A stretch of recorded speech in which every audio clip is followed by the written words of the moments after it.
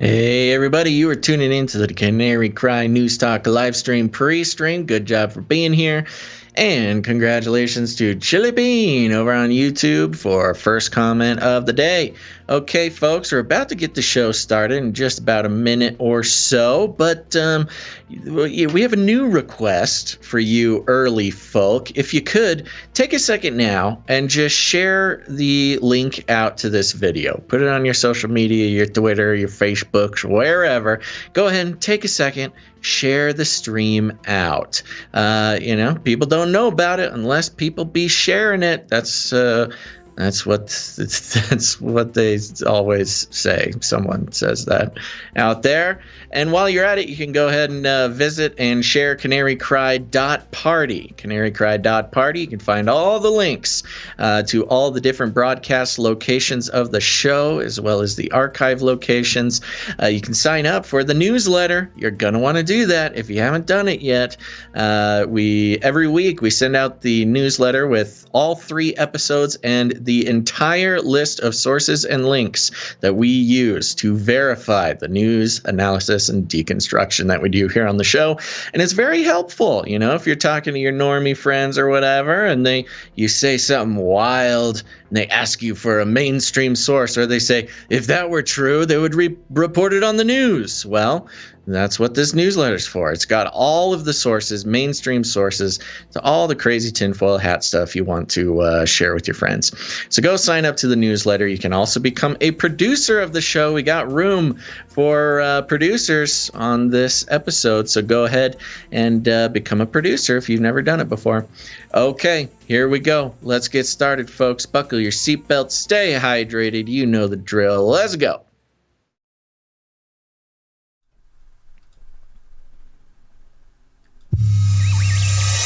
The world is getting crazier. People are acting more and more insane. The end of the world is tomorrow. Tomorrow. There's only one thing to do when the world is falling apart. Listen to Basil and Gonz as they discuss this week's news and events through the lens of Bible prophecy. You are listening to Canary Cry News Talk. You're listening to Canary Cry News Talk. Today is November 8th, 2021. This is episode 408. And today, the Astro Mount Portal. And Basil, I'm your best buddy, Basil. And this is Gonz, your favorite Asian provocateur for Christ. Welcome to the podcast where we bring you the best news, which is the gospel message of Jesus Christ, while reporting the egregious with a well-rounded, biblically grounded take on world events. And Basil. Yes. It's Monday. Gary, what day is it? Monday.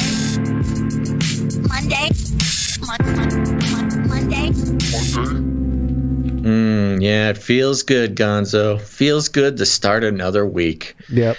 Well, it was a busy weekend.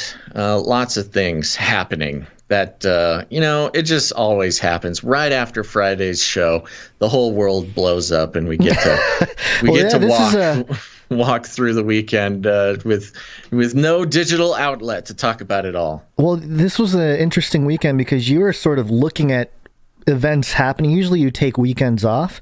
Yes. You were pretty active this weekend, which was a change. Yeah, I do usually take weekends off. To be honest, it was the Travis Scott thing that had me sucked in, captivated into the methods. Yeah. Yes, I spent a lot of time listening to different analyses, reading up on the timeline and all the minutia of the event. And I also know someone personally, very good friend, who has a career in putting on these type of music festivals, not this sort of size, but flex. Yeah, I know. But he had some very interesting insight into what was going on. So I hope to bring a unique, full record of what happened. Maybe not a full. That was another thing. Listening to other people's analysis and some other deconstructions going on. Every single analysis that I read or listened to would leave out different key aspects. I'm like, is nobody seeing the whole picture here? And so hopefully I can spend a little bit of time on that today and illuminate a couple things for somebody. Yeah. But anywho, yes, it was a busy weekend. One of the first weekends that I've really tuned into the events of the weekend. Yeah, stuck on research mode and collecting information. You do your groundwork there too, with the people that you have contact with. Yes. But one of the things that makes this podcast particularly unique is the worldview that we share. And it's sort of the foundation to approaching all this kind of stuff. And obviously there's the biblical worldview, the grounded biblical approach. The best we're working at it, but it's the best we can do. And but also understanding the wiles of the devil. That's something that I think people forget with the whole, like, how is this biblical? Why does this have anything to do with the Bible? And he's a tricky little guy. Yep. There's a passage in Ephesians 4:14. And the same word is used again in Ephesians 6:11, in Ephesians 4:14. In the New King James, it says that we should no longer, Ephesians 4:14, that we should no longer be children tossed to and fro and carried about with every wind of doctrine by the trickery of men and the cunning craftiness of deceitful plotting. That word there, deceitful, craftiness, is Methodeia in Greek, and it's used again in Ephesians 6 verse 16 when it talks about the flaming darts of the evil one and the fiery darts of the wicked. It's the same word there, and it's deception. It's like thinking you're doing something good as like a world institution, organization, whatever, but ultimately bringing about this craftiness, this scheming. People say there's no conspiracy. Some people say. I think more people are realizing that there's a conspiracy, but we always have to remind ourselves, at least I have to remind myself, that the bigger conspiracy is the big spiritual conspiracy happening. And the methods, the methods, the craftiness, that is conspiracy. They can't do this on their own. It's kind of a collective effort of some of the elite class and all this kind of stuff. So, I just wanted to root it real quick at the beginning of the show before we fall off the ends of the Methodeia. Yeah. Ooh, that's a good word. Okay, sounds good. We'll keep that in mind, folks. Yep. All right. A couple quick updates before we get into the Flippy update. This first thing here is just again, an update. We talked about this project a few episodes ago. StreetInsider.com Transhuman Coin debuts in the international markets. So this seemingly will look like a scam project. Debuts in the international markets. So somebody has a Transhuman Coin. Was this the one with the horrible website? Yeah, awful website, a lot of stock image. I mean, we could have done a better job, to be quite honest, in terms of putting this project together, the marketing side of things. But there's remarks from co-founder Dr. Charles Owsey. Quote, "We are proud to be the first cryptocurrency project to invest in research on life extension and super health." Super health. Hey, people are going to start talking about the normal health. Normal is not healthy anymore. You need to be super health. Got to be super health, yeah. While at the same time, donating to charity. Very common methodology of the secret societies. Yeah. Yep, that's the co-founder of Transhuman Coin, so it's hitting the markets. As we mock it, it's probably going to explode in value, and we saw it at like half a penny, and it's going to be like $1,000. We probably should keep an eye on the numbers. What's going on with that? Because if anybody's buying into this, it's really a sad sign. Well, it would be the cunning people, or the sheeple. I don't know, in the fleshy sense. No. Who pour money into this. I don't want to participate in that. Yeah, don't worry about it. I can't believe they actually made it to market, though. Yeah, it's pretty crazy. Yeah. And then, real quick, because I got memories of the past when I used to break down a lot more entertainment media and everything else as part of the whole, the whole worldview thing here. Real quick here, we're going to break down the latest Economist cover, the Rothschild journal outlet. Okay. And of course, notoriously, we've pointed out the rising phoenix out of the burning fiat from 1988. There was another headline, The Trust Machine, how the technology behind Bitcoin can change the world. And, it's got the Bitcoin symbol with the gears of the earth kind of thing going on. And I wanted to point out real briefly here that the November 6th cover, 1 year on Biden's presidency, is Joe Biden, and this is how I interpreted this piece, which I think is meant to be kind of ridiculous either way, is Joe Biden in a hole waving, I think, goodbye. I think he's waving goodbye. He's saying, hey, going down under, not Australia. And I just thought it was a very intriguing, strange cover to have for the Economist magazine. Yeah, well, and for those who are, don't know why we're focusing on the Economist magazine, sort of notoriously like prophesying with their covers. They're sort of it's always very cryptic, lots of symbology, always very intricate. And, people spend lots of time sort of decoding the Economist magazine, of course, connected with the Rothschilds and sort of elite world banker groups. Yeah. The messaging happens in these mass media things. And so that's why we're talking about the Economist magazine, which we've noted before, some pretty incredible or striking sort of prophecies, or at least foreshadowing of future events happen on the cover of that magazine. So pretty funny on one of their covers, at least the digital cover, is Joe Biden poking out of like a cartoon, like Wile E. Coyote hole in the ground, just like shoulders up, and he's got his little old man wave. Bye. Yeah. Who knows what it means? If nothing else, it certainly corresponds to his plummeting approval numbers. But that's what I'm saying. At his age, it could be anything. It's many layers. It's meta.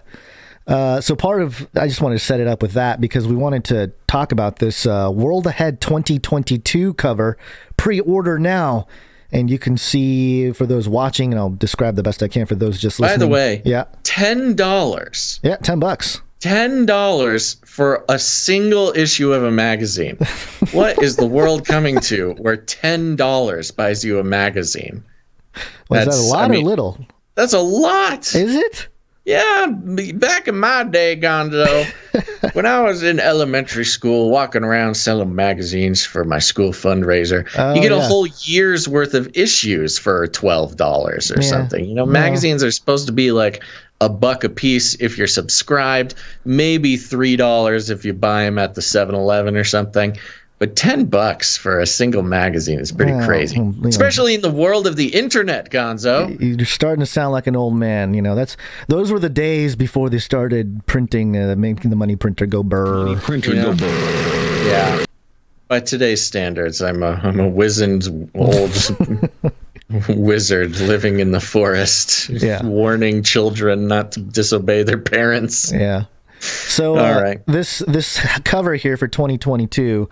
The World Ahead has it's a circle, but it's like kind of concentric circles and kind of divided up like a pizza. It's very CERN-y looking. Yep. So there's some images of the bottom of a rocket ship, kind of going to the moon, going to space, ASTRO. It's all connected. The further we go into the computer, the further we're gonna go out into space. Get it? Yeah. So then there's the virus, and then there's microscopes and vaccines, and Notably, on the rocket ship imagery are two little logos, Gonzo, for two very popular cryptocurrencies, Bitcoin and Litecoin. Yep. Maybe some signaling there. Bitcoin and Litecoin going to the moon, perhaps? Yeah, about time. So there's that. There's vaccines everywhere. There's microscopes. There's also, there's what looks like a quantum computing chip underneath, like at the center, kind of inside the virus, the COVID spike protein virus thing there. But also energy being a big topic moving forward. There's a windmill, and in the windmill cell of this pizza thing is the Cardano logo, ticker symbol ADA. And we've talked about Cardano. We've talked about the under the hood technology called Ouroboros. Yes. And just all of the occult and more mythological associations they make with their names and their titles and everything like that. So yeah, it's kind of interesting that The Economist would just hide a little logo of Cardano on their cover. It's kind of crazy. And they have 4 logos for 4 different cryptocurrencies. They have Bitcoin, Litecoin, and Ethereum, which are traditionally they got Ethereum too. Yeah, they got Ethereum down in the other corner there. And those 3 are kind of the top 3. Those are the big boys. Those are kind of the safest ones. Those are the ones that the market more or less sort of bases itself off of. Yeah. But they add a 4th, which is Cardano, which is very interesting to be adding Cardano into the same sort of category as the big 3. The stratosphere of Bitcoin and Ethereum. So I don't know. Look, Cardano fans, this is a good sign for you. Cardano bag holders.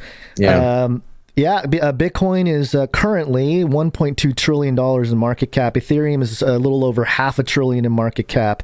And Cardano is sitting at $67 billion. So about 9 times less than Ethereum. Yeah, not even close. That's interesting. So if you're looking at it that way. But there you go. I mean, it's kind of just means it's got room to grow, Gonzo. And it also has this logo, back to the Economist cover. It's got Joe Biden, whose head is being is covered by another microchip, which kind of makes me think what was going on there. And then Xi Jinping, Xi Jinping. Yeah. From China on the top. And, just the major power struggle, East versus West, China versus the U.S., continuing to play on that whole narrative. As the world slowly unifies into one thing. Let's see, what did I have here? I got the Cardano logo. Oh, so I was scoping out the cover for this, this 2022 edition. I found some headlines that are supposed to foreshadow what's going to happen from The Economist. So I just read some of the headlines here. What's next? 22 emerging technologies to watch in 2022, and the header here is a hand making kind of like the butterfly shape, and a shadow of the hand, in the butterfly shape, casting over the earth. It's kind of like, okay, that's interesting. And then another one here, the world ahead. What deserves to be canceled in 2022? Oh, gosh. Yeah, Economist telling us where to aim those cancel cannons? Those cancel cannons. And then another one here. Several ambitious space missions will blast off in 2022. So again, the further we walk into the metaverse, the easier it is to go into outer space. Oh my gosh. Keep saying it. Oh my gosh. And then one more here. COVID-19 is likely to fade away in 2022. All right, Economist. Wow, what a wonderful piece of news, Economist. Now that we've thoroughly invited you to the metaverse fade space. away, it says. That's hilarious. Yeah, there you go. Okay, well, fun. Thanks, Economist. Always keeping us abreast of, what the elite lizard people have planned for us peons. Yeah, and part of it is robots, too. Big part of it. Yeah. Flippy update. Do you want fries with that? You heard the jingle, folks. It means it's time for the Flippy Update. If you're new to the show, Flippy is our colloquial name for the disembodied robot arms that are taking our jobs, enslaving our children, and flirting with our spouses. We use talking about Flippy as a way to explore all the new, fun, and exciting ways that robots are taking over the world and how there's just nothing we can do about it, okay? Get used to it, humans. Today, we are bringing a story from BusinessInsider.com, and the headline is Why Business Owners Are Turning to Gratitude Robots to Show Yeah, you didn't see that coming, did you? Why business owners are turning to gratitude robots to show their appreciation show their appreciation for employees during the labor shortage.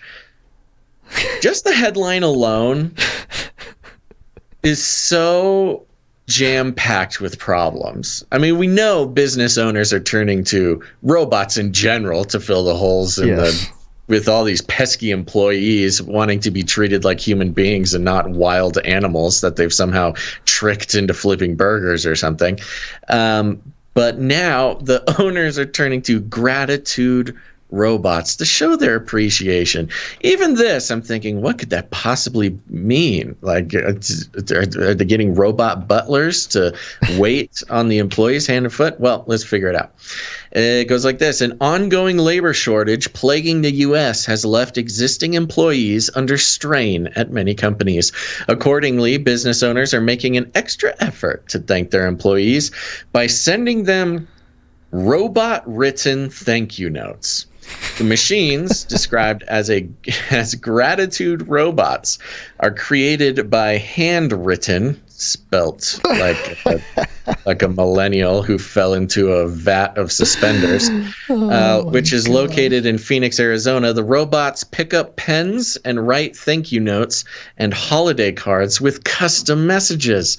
The robots pick up pens, Gonz, and write thank you notes. So these dang sleepy business owners don't need to write their own handwritten thank you notes. It's just so much work It's a lot of work, man. Yeah. Handwritten has 130 robots to meet demand and has sent more than 3.5 million notes. Oh my gosh. That's a lot of notes. The company was founded in 2014 by CEO David Wax.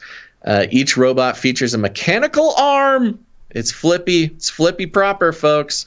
Features a mechanical arm that holds a Pilot G2 ballpoint pen to make the cards. Operators send vector files to the robots, which include the handwriting design. Quote, we have companies of all sizes using us to send their notes of thanks and gratitude, Watches told the Insider. He added that while most of his customers typically use the service to send notes to clients, there is an increasing trend of customers sending notes of gratitude to their employees. They often send them along with gift cards. Oh, such generous tycoons these bosses are. Yeah. Thanking them for their hard work during these difficult times. Wax recalled one nutraceutical brand that put together gift boxes for employees during the pandemic and had the robots write them 500 notes to include inside.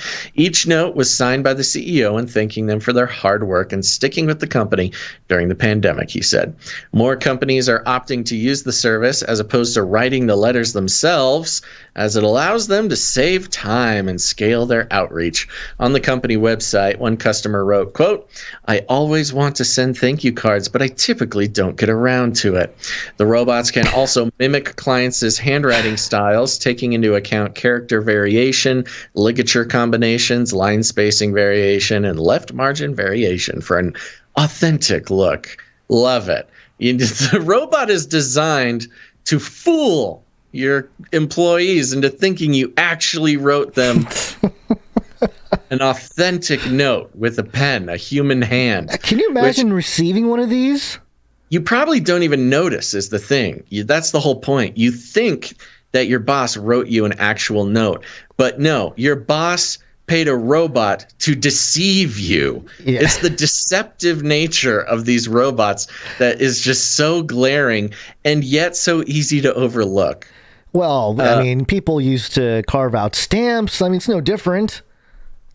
Carve out stamps? What are you talking about? Sign letters. You can carve out a little logo stamp, it's the same. You're talking about like a seal, like a wax seal? There's seals, you can use ink. Oh, I'm sure that's an option. Yeah. If they can get this robot to copy your handwriting, I'm sure they can get this robot to do a wax seal. With the holiday season here we go, Gonz. Here's the pitch.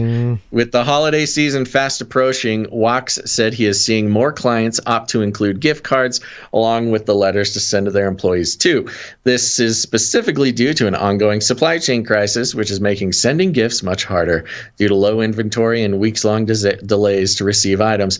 As early as August, UPS President Scott Price joked that consumers should, quote, order your Christmas presents now, because otherwise on Christmas Day, there may just be a picture of something that's not coming until February or March.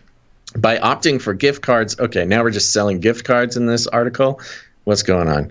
Last month, Wax said the company created more than 400,000 pieces for clients, and this month they expect that number to be even higher. According to Wax, employees who receive the robot-written letters appear to be very appreciative of them.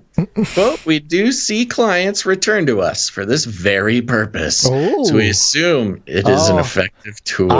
I assumed very wrong then. These people must be like, ooh, a robot-written note. Sign me up for more.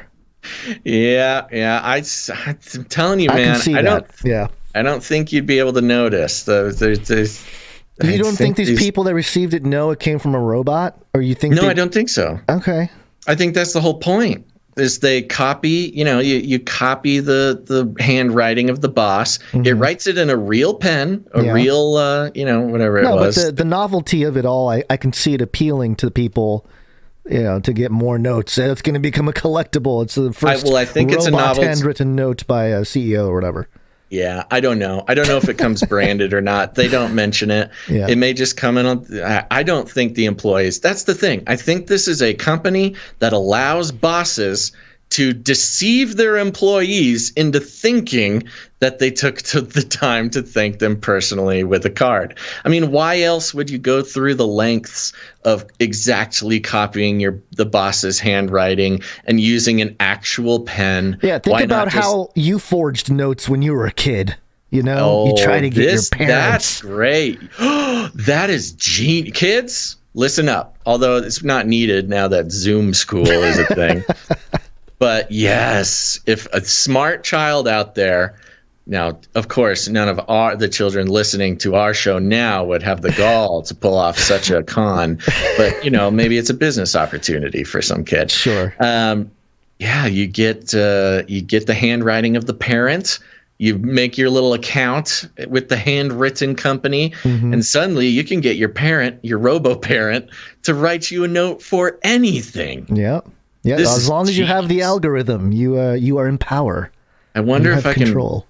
Dude, if I could buy up. See, if you can automate this process, which I'm sure Handwritten has done, that might be our exit strategy for life, Gonzo. Talk about passive income. I know. We just buy one of these little suckers, one of these little handwriting robots.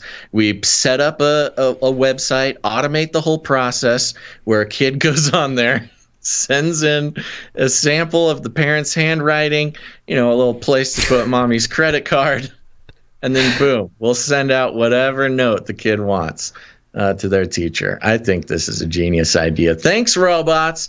But another example of how Flippy is not simply taking people's jobs, but destroying the very concept of gratitude.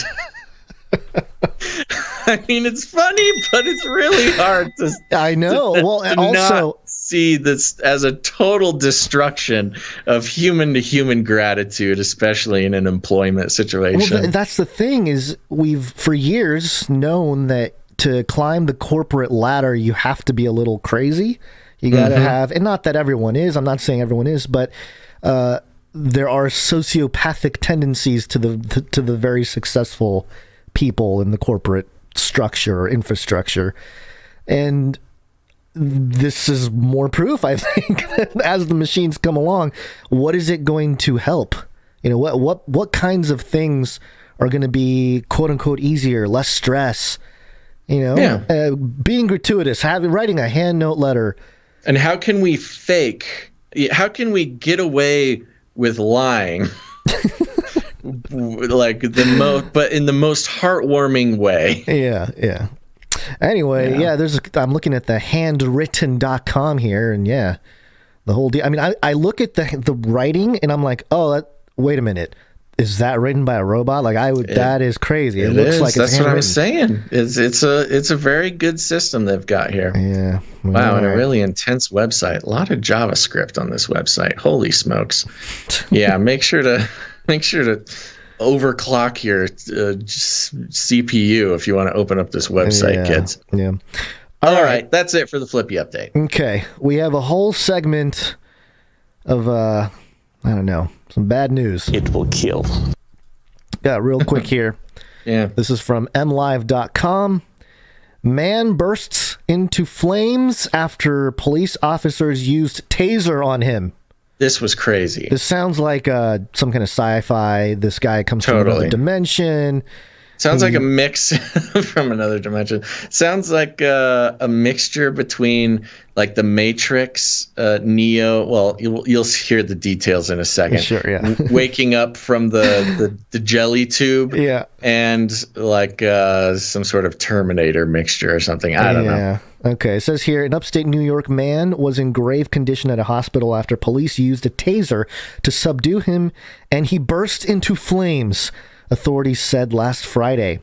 The Times Union of Albany reported that 29-year-old man walked into the Catskill Village Police Department in late October and got into a confrontation with officers. Chief Dave Darling confirmed to the newspaper that officers deployed a taser to subdue the man, who had just doused himself with hand sanitizer. A 2020 news story, 2021, I guess. A more modern news story, a more modern pandemic, the 2020 riots news story has never been told. This will be in the history books as just sort of an example of this time. Yeah, we talked about hand sanitizers having some kind of like cancer element. All sorts of bad stuff. Yeah. But this, I mean, yeah, you don't have to wait for this one. Just go straight to the chase. Hand sanitizer and taser, baby. Burn you up. Why did he do this? Did he douse him? I mean, see, that's was what he I want to know trying to be clean? Was this, did he just happen to be doused in hand sanitizer, or did he have a plan? Right. Well, yeah, did he know that he was going to burst into flames? Also, that's a lot of hand sanitizer. Yeah, it's got to be one of those big dispensers. Yeah. Okay, Darling said the officers were familiar with the man from previous encounters. Quote, I think they were afraid he was going to hurt himself, and that's what started it, Darling said. There are still details that we are trying to develop. Yeah. That sounds like they're trying to make up a story to explain what really happened. Like, what? There's still details we're developing. Oh, we're developing these details. Just hold tight, please. Yeah, the portal opened up. The man transformed into Nephilim. Spooky, though, man. Is this guy obviously had some sort of issue, and not just for dousing himself in hand sanitizer, but then going into the police station, making a scene, and then burning up. Is it in the police station? Or he just caught fire when they tased him. I'm like, anywho. Yeah, big weird story. Mm-hmm. Yeah. What's next? Okay, next up we have Reuters. This is from Africa. 99 killed in fuel tanker blast in Sierra Leone capital. At least 99 people were killed and more than 100 injured in the capital of Sierra Leone late on Friday when a fuel tanker exploded following a collision, local authorities said.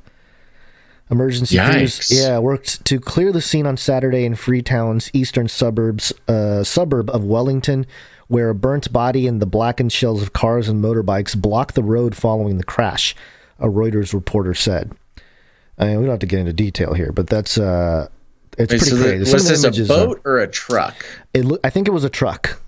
Oh, wow. Yeah. That is a lot of people to get hurt from a truck crash. It must, I know. It's very strange. There's a photo of the two trucks hitting each other, like, they're T-boning. Sure. And the fuel tanker exploded. Wow.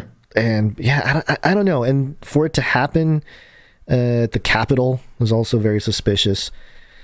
But there's a lot. I wonder what other Sierra Leone news was happening at the time. Was there some sort of protest? Right. Was there was anybody in the explosion a government worker or something? Yeah. Or an activist? I don't know. It seems like there should be more details. Yep. Speaking of which, there was something else being a major distraction here. And it's one of our main stories from the Houston Chronicle. Yeah, I'll just go ahead. I thought the Houston Chronicle did a great job of straight up basically just laying down the facts and the timeline. I'm not sure. They did such a good job. I'm not sure if we're going to read through the entire thing. But I'll just get started here, and then, I have some things to say, and you have some things to say too. You've got a great little take on the fringy side of the stuff too. So I'm gonna fall off the edge. We'll take a few seconds. We've got 17 seconds. Let's go. Houston Chronicle headline: for 37 minutes after officials declared a mass casualty at Astroworld, Travis Scott played on. For 37 minutes after Houston police and firefighters responded to a mass casualty event at a packed Astroworld rap concert where attendees were crushed against the stage Friday evening, Travis Scott continued performing. Police officials said the promoter, Live Nation, agreed to cut the show shortly after multiple people collapsed at 9:38 p.m., but concert attendees said Scott appeared to play his whole set and finished at 10:15 p.m.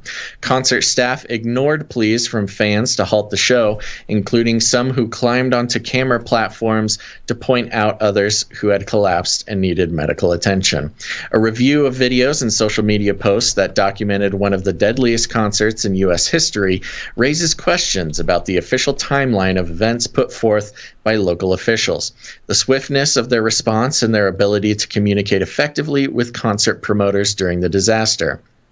Houston Police Chief Troy Finner said he had enough officers on site to handle the crowd of 50,000, but he also said he could not have abruptly ended the show for fear of sparking a riot his department could not control.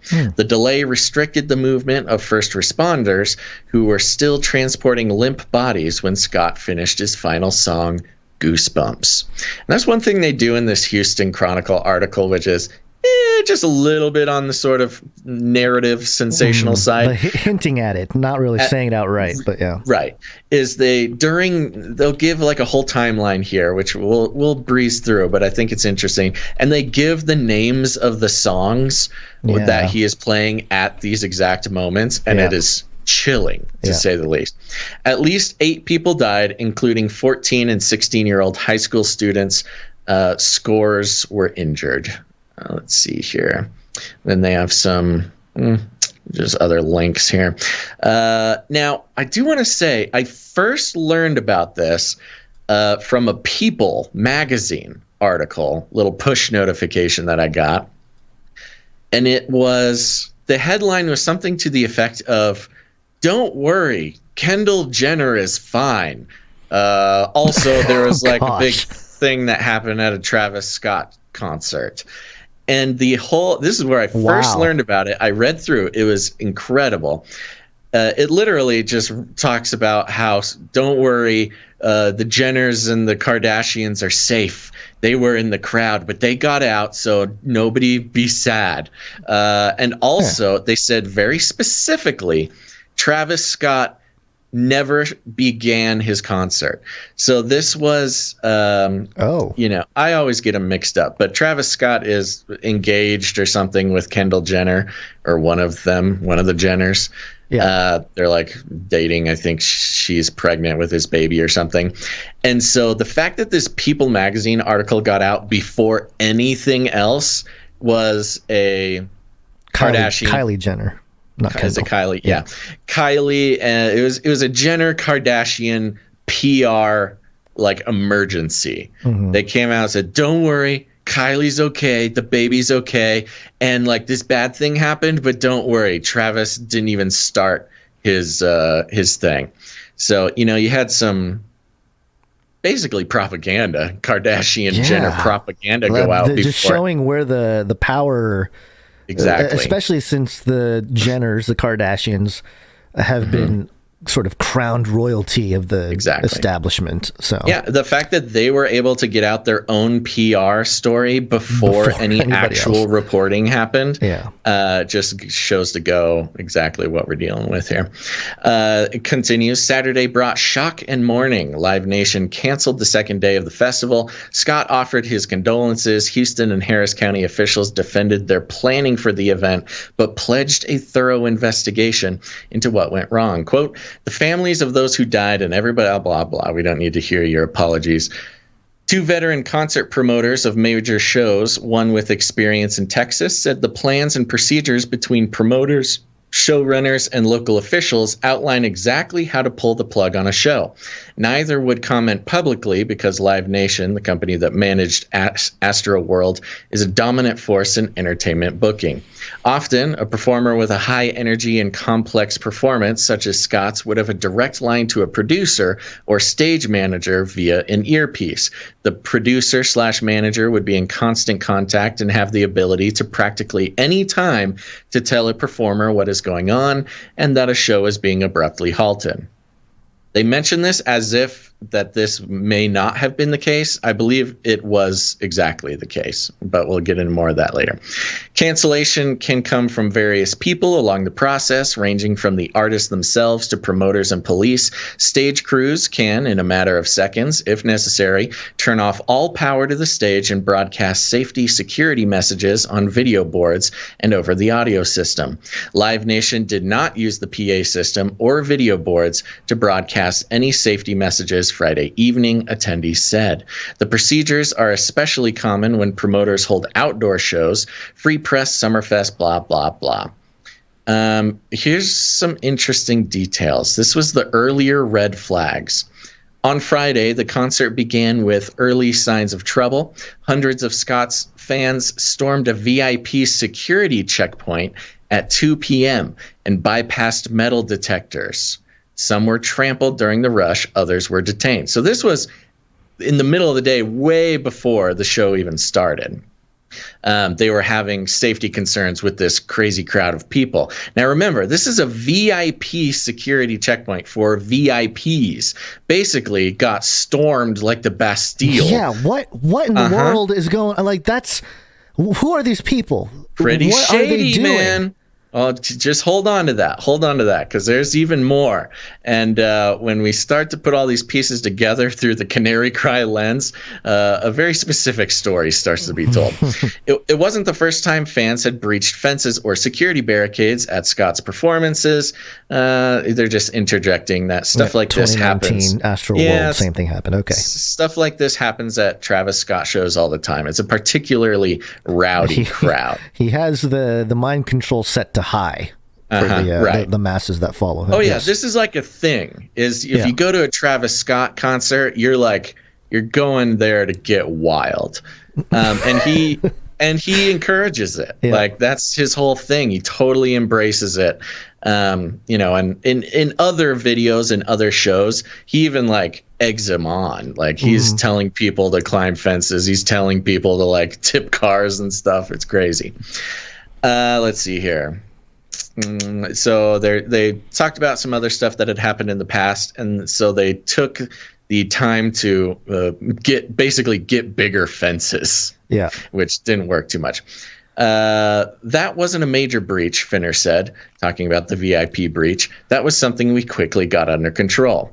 Eric Washington, 27, said there were other red flags around 5 p.m. during Don Tolliver's set. He saw a woman who had passed out by a concession stand being treated by friends with no medical staff in sight. That happens sometimes.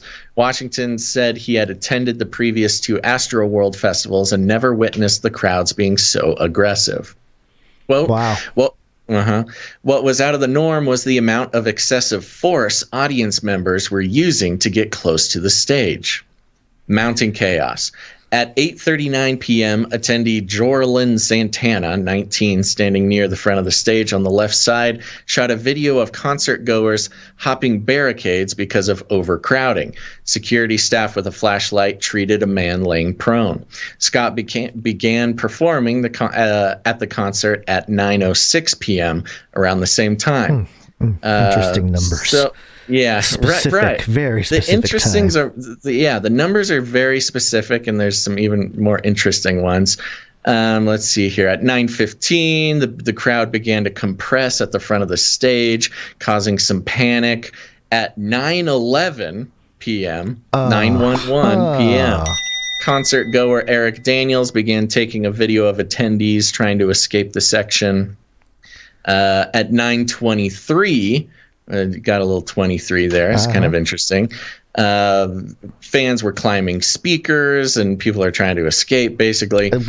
Interesting alliteration. Ellen Elise Evans being named a concert goer that was climbing the speaker rigging to escape the crush.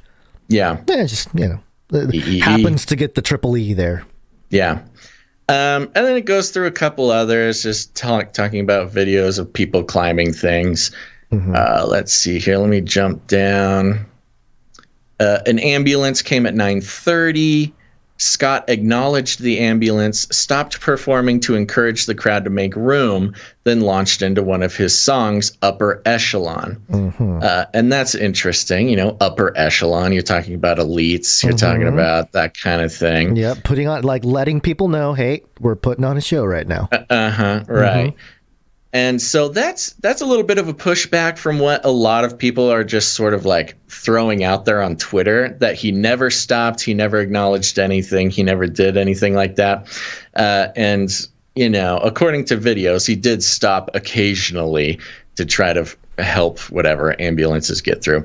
At 9:34 p.m., Scott began performing Lost Forever. Moments later, a woman and at least one man climbed a camera position and pleaded with the camera operator to alert officials.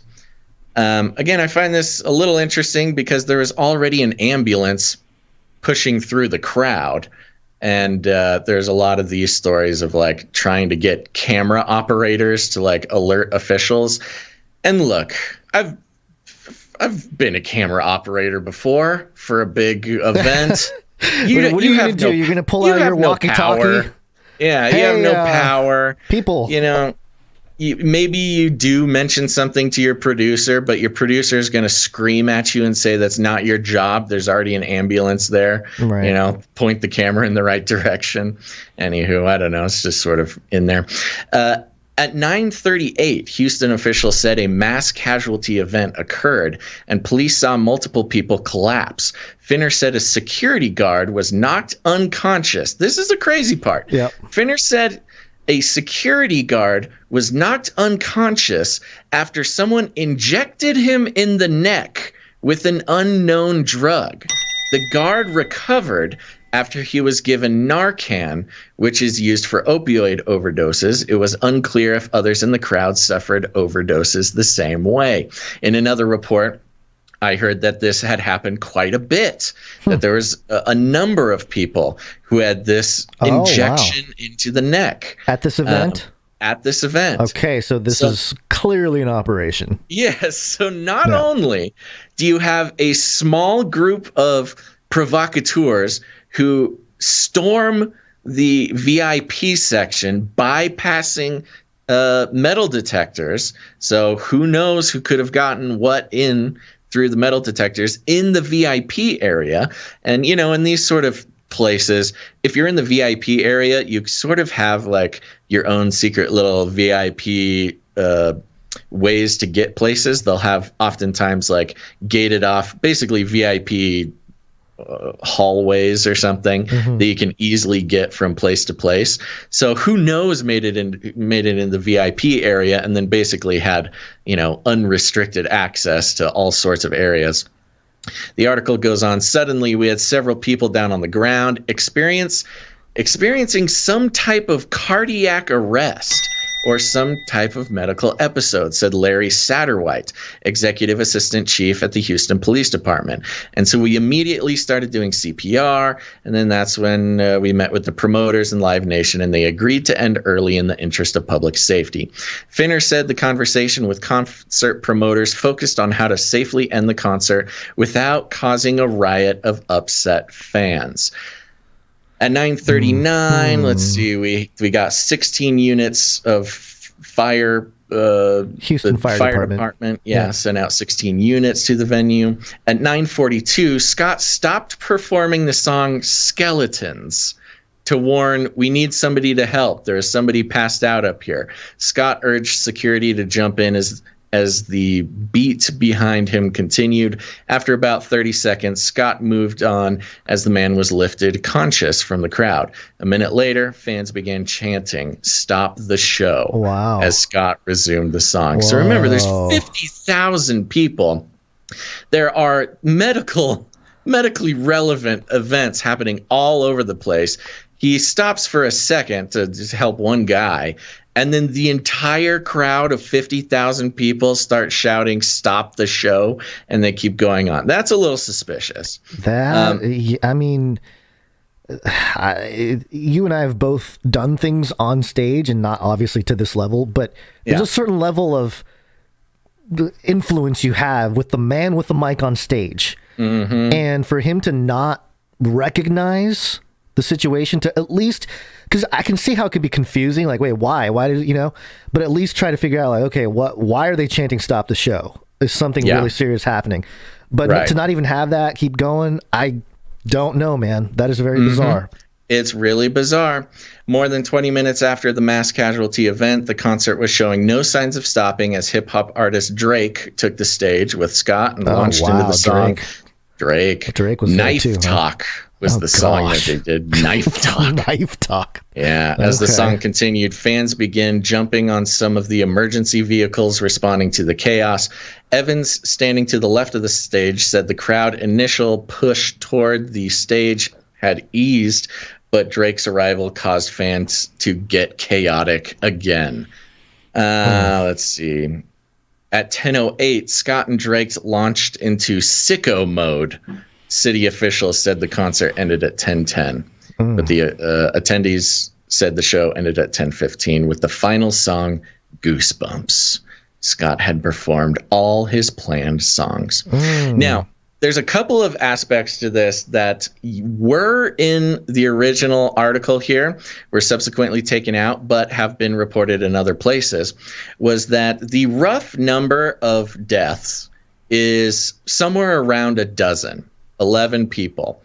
8 of those 11 were minors, were kids who got sent to the hospital specifically for cardiac arrest. Now, here's the thing. We hear, unfortunately, every couple of years there's some sort of event, whether it's a music festival or whatever, where there's like a stampede or a mosh pit, and unfortunately, people a get young trampled.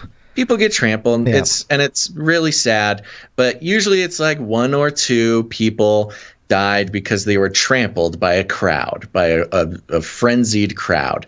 And that's it. I mean, that's the cause of death. You get trampled, you get sort of asphyxiated is almost always the sort of, what is it? The official cause of death is asphyxiation. In this case, 8 of the 11 were cardiac arrest. When have we ever heard of a dozen kids in some sort of whatever, of event, a dozen kids having heart attacks? And you have to presume that this was a, mandatory vax or test thing. Now, of course, this was probably the first live thing that anybody has gone to in 2 years. Definitely the first big one that anybody had gone to. You look at the pictures of the crowd, not a mask in sight. Well, it's Texas, so that's not, surprising. It probably wasn't required. But, I don't know, with all the concerns, with all the science about the myocarditis, the cardiac issues with the vaccine, maybe, maybe it's not problematic for some of these people, some of these kids to just get the vaccine and go home. But then to put yourself under the extreme duress of this massive hive mind craziness, that can cause some issues if your body is already trying to regulate some cardiac stuff. Now, the security guard getting the thing to the neck is crazy. Yeah, and what is that about? Telling you, man, okay. mixed with the VIP infiltration, yeah. where any number of people could have gotten in there with stuff they shouldn't have. I think something fishy's going on.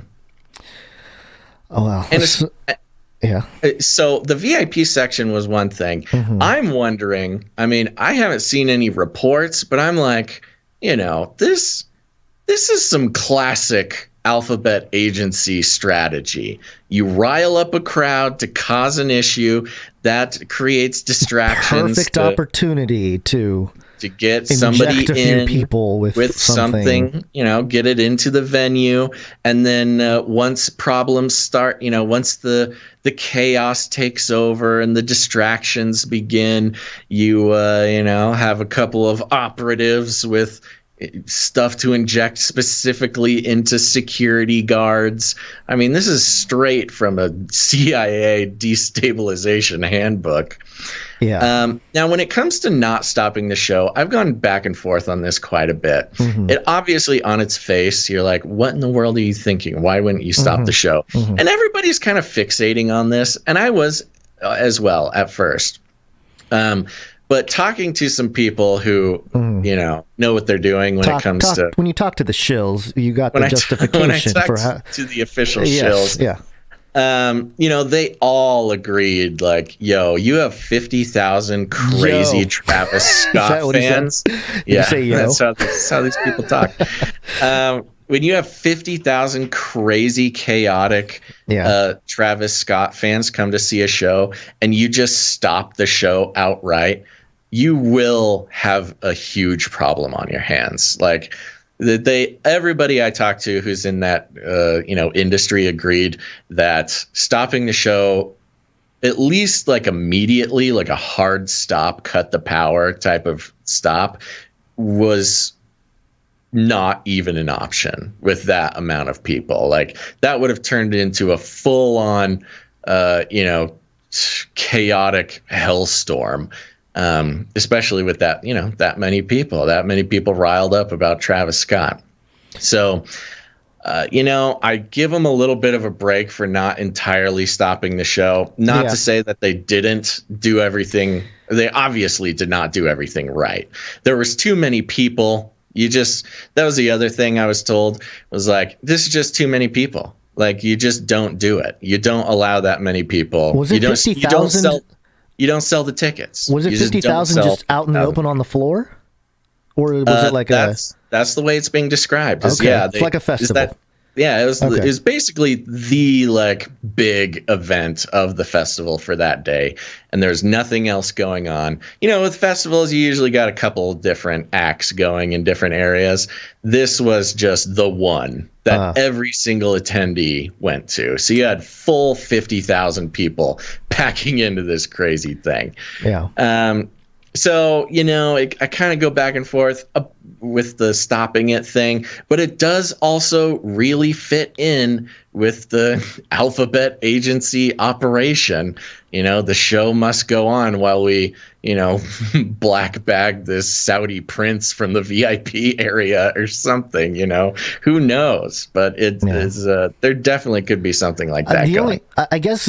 Even trying to think of being an event operator or producer at the event or whatever, and knowing that you can't stop you'll have a big riot on your hands. If there's people already being carted away or collapsing or whatever, wouldn't it be smart, maybe not cancel the show, but at least completely stop it for a moment so that the whole atmosphere changes and everyone kind of just like, oh, okay, we're stopping it. You know what I mean? Like, it'll allow for...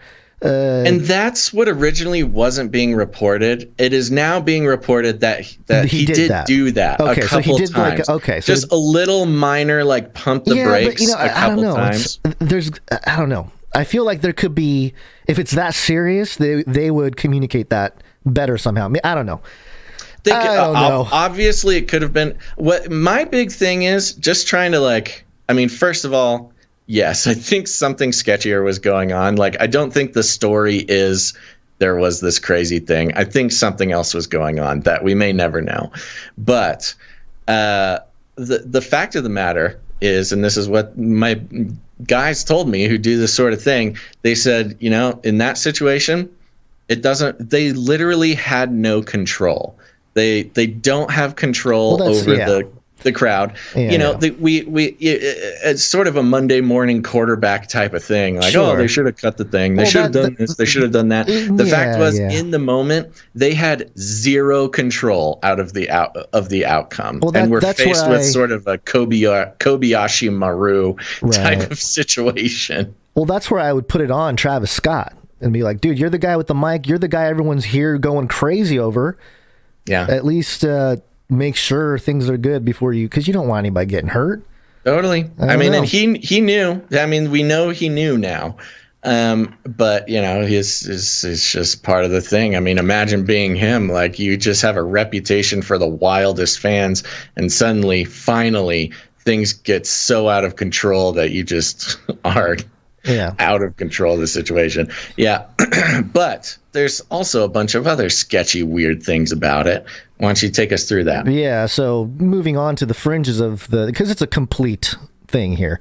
Yeah. There were some photos going around social media, and some people were saying that it's not from the original show or it's from another show.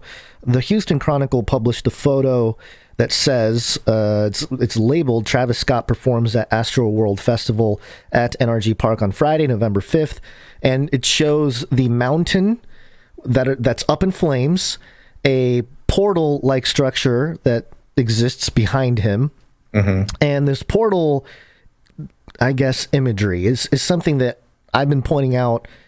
I did point out many times on the Facelikethesun channel over the years. Especially in entertainment, they seem to have this portal imagery, like, hey, portal, opening up, portal. And obviously the whole concept of a ritual comes to mind when people actually die, and especially weird, the circumstances surrounding all that. Yeah. But the word astro, I think there's something there. There's a linguistic opportunity here for the elite to do some sort of dark magic. And the event being Astroworld, Houston, of course, just lost the World Series. The Houston Astros lost the World Series to the Atlanta Braves. And nobody likes the Astros because they cheated a few years ago, so they're already the bad guys. You know what I mean? So, yeah, it's kind of makes sense there. And then this is another strange headline from just today, I think. Yeah, today or yesterday. The Independent, and through Yahoo here, Astro death. UB40 founding member dies following short illness, aged 64.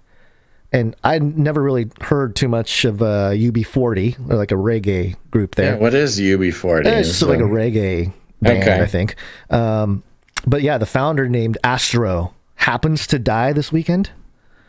That's a lot of stuff going on. A lot of Astro, yeah. Yeah. So, yeah, a lot of, not a lot, a few people on the fringes have pointed out the portal imagery on stage, but also there's something else, which is Travis Scott's shirt and just his apparel in general.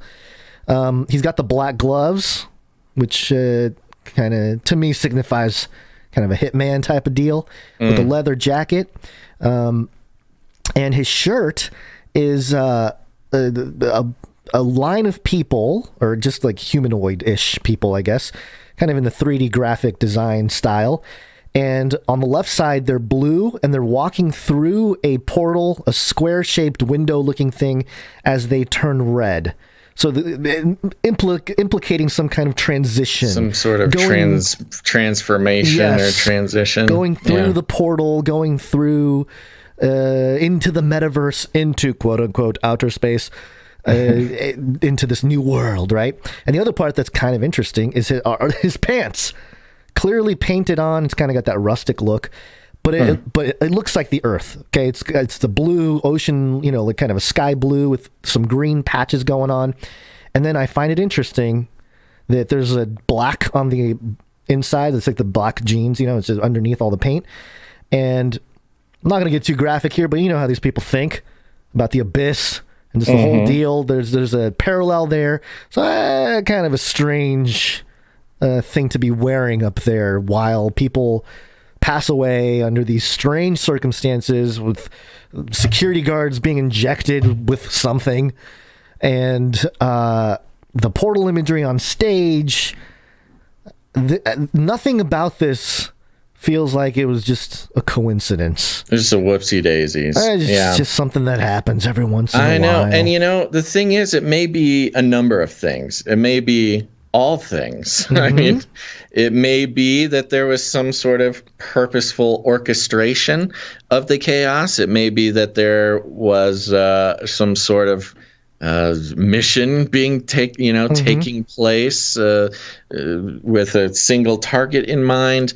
It may also include the fact that these symbols and messaging and weird sacrificial occult things playing out. I mean, it could have been all of it, and it very well could have been that the promoters and the leaders of the event had completely lost control. I mean, that's kind of the thing. Everybody's trying to like blame the promoters. I think the promoters are just business people who are greedy and just trying to reduce liability and that kind of stuff. I don't know necessarily that they are included in some sort of intelligence plot, but it may be an overlapping incentive that they've completely lost control of the situation due to some third-party alphabet agency causing chaos with, Travis Scott, who, as much as we like to sort of think of entertainers as like potential evil masterminds, he's just a guy who's up there, who people worship, and yet he is still just a man. And taking orders in a little earpiece that he has on. He's not taking responsibility for the actions of the crowd. So, I think it's a lot of things happening at once. But also, it's a wonderful and effective distraction to other things that might be going on. Yeah, the summoning of the Watchers. The Watchers landed on Mount Hermon, so there's an obvious reference to mountains. There's always something about the mountain. If you look at the Old Testament, you do those studies, and Heiser and Derek Gilbert and those guys take you down the rabbit trail, where it's the mountain is always where God or the gods or whoever, that's where they lived, was the mountain. It was it was like the house of the gods. Yes, it's where heaven and earth met. So just having that portal imagery there is kind of interesting in general with the mountain as one piece, and then having people die and having people charge the stage is kind of its own mind control ritual type thing. And especially if people got trampled and other things happened, it's kind of like, there's going to be a rush to this new world, and some of you won't make it. It's totally. Only the worthy. Which is a message we've been sort of explicitly told. By elites around the world. Yeah. Interesting how the portal imagery has been so prevalent in the past 5-10 years. It really made like we're talking about a meta narrative that's been laid down in media of the portal imagery. That's not just, pointing out one portal or this portal and going, ooh, a portal. It's a long narrative of integrating this portal imagery into some sort of higher state for the individual or society. Yeah. And it seems like there are spirits involved in any direction here. It's just my sort of take on it. They love to include that. Yeah. So just to wrap things up with this whole Travis Scott story, this is just published on PolitiFact. And so, we pointed out some of the stranger symbology going on with the event, but of course PolitiFact has to do their fact checking, and so they found their scapegoat. The headline here, a post linking Astroworld tragedy to COVID-19 vaccines and graphene oxide is false. Sure. They're using graphene oxide as the narrative to tear down. It's the easy one to pick on. They can't just say vaccine. They have to add the graphene oxide story. Yeah. So they point out the people on social media that, on Facebook and stuff like that graphene oxide, they're trying to destroy consciousness. They'll turn people into zombies, literally, as others have said. This is a test run on the vaxxed. And, they mentioned whoever this Facebook poster was, just, I don't know, maybe popular, I don't know. They mentioned graphene oxide, and so, of course, that's in the tool shed of the mainstream there in terms of debunking stuff. So they go with that. They won't mention the portal, really. It's like, no, it's not a portal, because it's like, if you really ask them, they'll probably say, like, yeah, it's a portal. Yeah. Well, and there's some interesting connections, too, with... a lot of people talking about how some frequency in the music or whatever activated the nanobots and stuff. And the other thing is, I don't know, maybe, sure, we don't necessarily have any direct evidence of that. But what we do know is that, getting that many people together with a sort of chaotic influence anyways, and then add the stimulation of rowdy, chaotic music plus fire and lights and everything. I mean, it's just the perfect storm to create some sort of hive mind catastrophe. Yeah, whether or not it has to do with nanobots or graphene oxide or whatever or something. Again, I kind of go back to what I go to a lot, which is like, you don't need nanobots. You don't need the nanobots to do the storyline. Yeah. That could be a very powerful metaphor for what might be really going on in the psychologically, spiritually. But the concerts in general, I feel, especially in the last couple decades, events like this have become giant experiments. It's like a petri dish where they can just unleash all kinds of stuff on a large mass of people and see how they behave in the group hive mind. Yeah. And then they can shape. And clearly this one had something to do with fear, some kind of state of panic. How many people were down there that were freaking out? If the crowd is chanting, "Stop the show," there's panic and hysteria happening in large numbers. In close proximity. And that's I don't know, there's something to it. There's some kind of weirdness to it, and I feel horrible for the family and the friends and everybody of the people that actually died, because they will actually knock people out with this kind of thing. But overall, it just seems like a lot more is going on here, and especially when PolitiFact, all they do is debunk a very, very specific side comment from somebody. It's the art of the fact check. You just fact check something so specific and so obscure that it can hide the truth if you were to get not so specific. Yeah. So, all right, we should keep going. It's Corona time. COVID-19, COVID-19, COVID-19, COVID-19, COVID-19, COVID-19, coronavirus, and this. Vaccine, number one way. So this clip is a couple weeks old, and it's sort of made the rounds a little bit, but I wanted to just bring it to you all. Put it on the record. Yeah, put it on the record here. This is Stefan Ulrich at the World Health Summit, and this happened again a couple weeks ago. I can kind of pull up the exact dates here, but so everyone was talking about a couple of the quotes he made about the mRNA vaccines being gene therapy. And we'll get there. That's kind of the punchline, I think. But here he is talking about where we are. You know, we're talking about a new world order, a new era of science. I am not really interested in the health for a lucky few. I'm interested in health for all. Our successes over these 18 months should embolden us to really focus much more closely on access, innovation, and collaboration to unleash health for all, especially as we enter, on top of everything that's happening, really into a new era of science. A lot of people talk about the biorevolution in this context. The biorevolution. This is the new era of science, Basil. Yeah. So Big Pharma must adapt.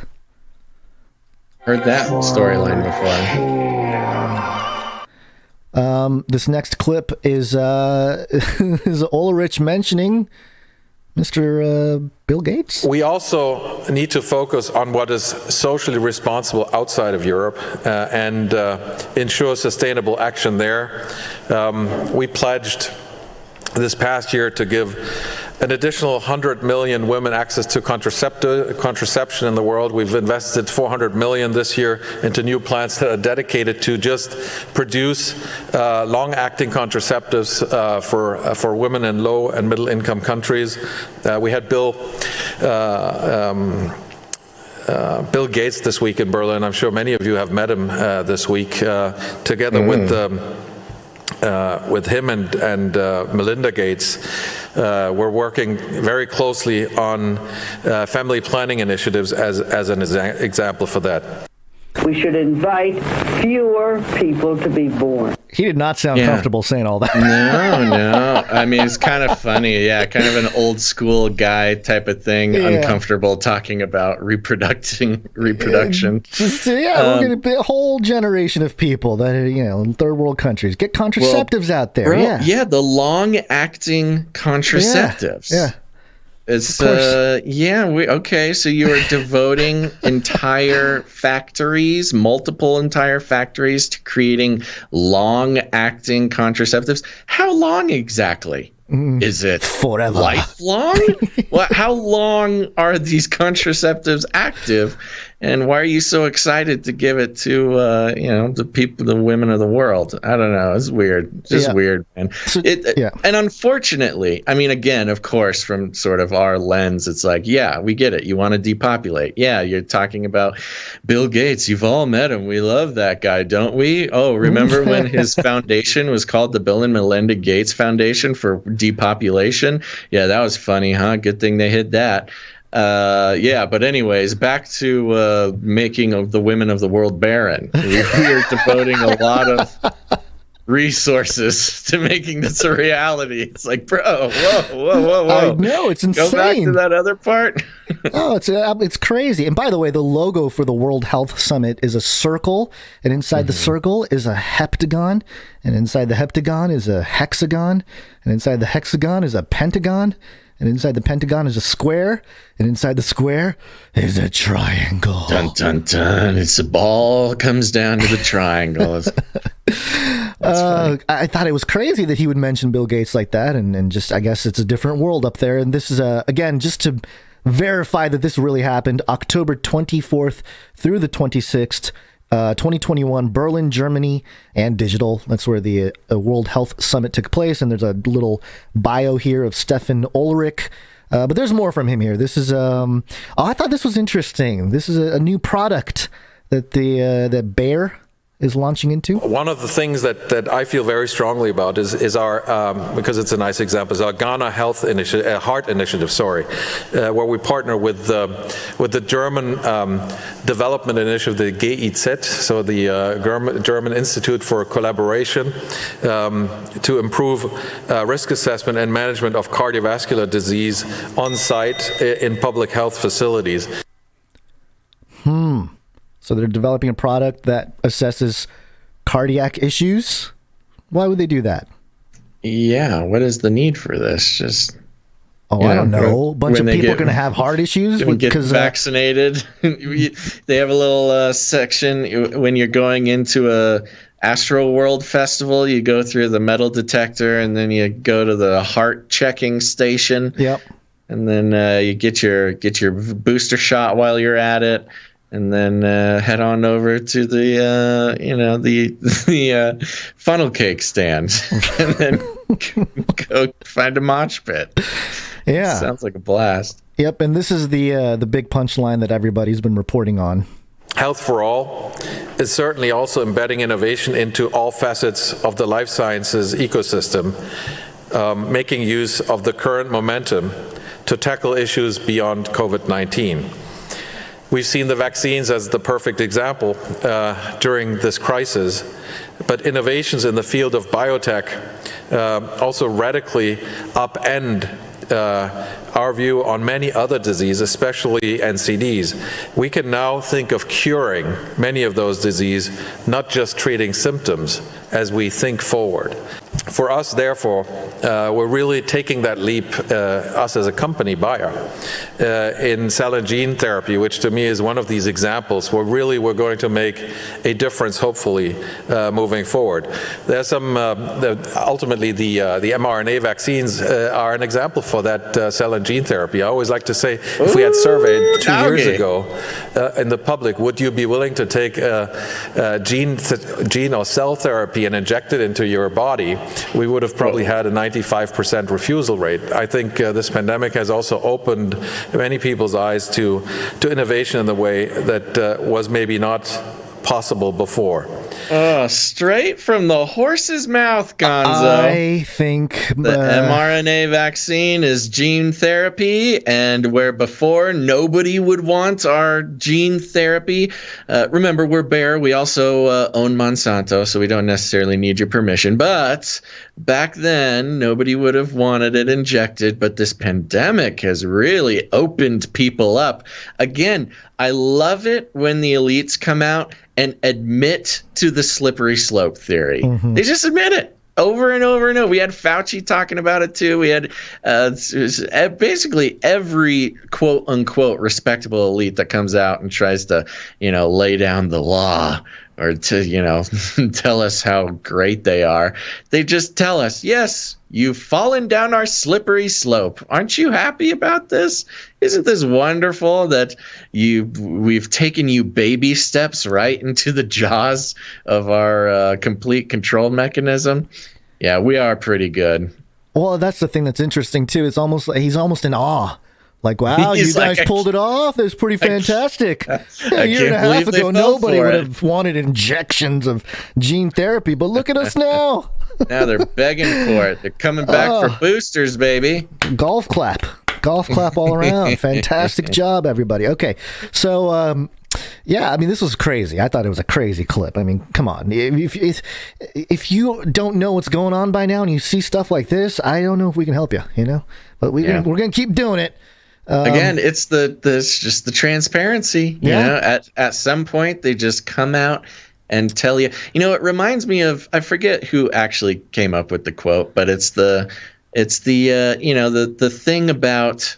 Oh no! Now I'm not going to do a bad job of describing it, but the first they mock you, then when it comes to the truth or speaking the truth or whatever it is, first they mock you. I think they ignore you first, right? They ignore you first. I think there's an extended version that includes that. Okay, right. Yeah, I think there's a couple versions, but more or less, the one I just came in contact with was, first they mock you, like, oh, you silly anti-vaxxers, you think that there's nanobots, oh, you silly. Then they violently oppose you, which is, oh, we should put anti-vaxxers in jail. They shouldn't be allowed. Their children should be taken away. Canceled. Yeah, and then the last step is, then it's just taken as an inherent truth that has always been there. Yeah. And that's kind of like where they're at with when these guys talk, is like, yes, inherently true that these are gene therapy. They've always been gene therapy. No, I have no idea what you're talking about when we lambasted conspiracy theorists on the mainstream news telling them that gene therapy was a conspiracy. No. It's just inherently true. We've known this. Yeah, and it's fascinating to look at all the different sides of what's happening here. On one level, at the World Health Summit, the big CEOs of Big Pharma, they're up there. They're basically talking about population control and the realities of the mRNA vaccines. But also, on Twitter, Big Bird from Sesame Street. Sesame Street. I know Big Bird. At Big Bird tweeted out, and he says, I got the COVID-19 vaccine today. My wing is feeling a little sore, but I'll give my body an extra protective boost that keeps me and others healthy. Miss Erica R. Hill even said I've been getting vaccines since I was a little bird. I had no idea. And 269 likes, 42,000 retweets. I mean, this was a humongous tweet. Is this is an official Big Bird? It's got the blue check mark, the whole deal. Official Big Bird tweeting out that he got the vaccine. And the first response down there is President Biden, Joe Biden. It's coming out of his hole to comment on Twitter. And he says, good on ya, at Big Bird. Getting vaccinated is the best way to keep your whole neighborhood safe. Your whole neighborhood safe. And we live in a global neighborhood, right? So that's yeah. But I like the next tweet that's up there from 5 times August, and he just says uh-oh, and there's a picture of Big Bird, and the Chiron reads, Big Bird dies, rare heart attack. I think people are aware. That's the third tweet under this Big Bird tweet, so I think more people are aware, and that's probably why they're just so bold now. They're able to be ridiculously bold in the agenda and the whole deal, because they're like, well, everybody knows now, so might as well lean in and lean into it as hard as we can. And that's kind of what we're seeing, is things are crazy, and all the satire of 10 years ago is regular news headlines. Yeah, I'm going down this tweet thread here. Everybody's posting pictures of their children that they're getting vaccinated, and they're flexing like superheroes and doing the whole thing. Hey, Big Bird, the biggest of the bird spies, robot spies, the prototype. Sesame Street, watching the kids. Yeah. Oh no, these kids holding up their vaccine cards. Yeah, this is. I got to get off this. This is sad. Now you're gonna start crying like William Shatner did when he saw outer space. We'll get to that later in the show. Okay, well, let's see here. Let's check in with Reuters over here, because we got some interesting updates on the mandates. It's coming from Reuters.com. The headline, U.S. Federal Appeals Court freezes Biden's vaccine rule for companies. Yeah, okay. So let's figure out what's going on here. A U.S. Federal Appeals Court issued a stay Saturday, freezing the Biden administration's efforts to require workers at U.S. companies with at least 100 employees to be vaccinated against COVID-19 or be tested weekly, citing, quote, grave statutory and constitutional issues with the rule. The ruling from the United States Court of Appeals for the Fifth Circuit comes after numerous Republican-led states filed legal challenges against the new rule, which is set to take effect on January 4th.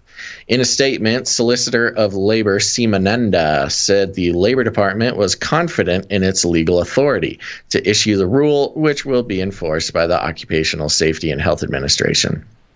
This is funny. At first, this kind of worried me, this quote, but it's also like, yeah, of course she's going to say that. You're not going to come out and say, well, we're not very confident that we are even allowed to do this. So, do whatever you want. Right. No. Of course, they're going to say they're confident in the legal authority. Quote, the Occupational Safety and Health Act that explicitly gives OSHA the authority to act quickly in an emergency where the agency finds that workers are subjected to a grave danger and a new standard is necessary to protect them, she said. Quote, we are fully prepared to defend this standard in court. An average of about 1,100 Americans are dying daily from COVID-19. They say from there.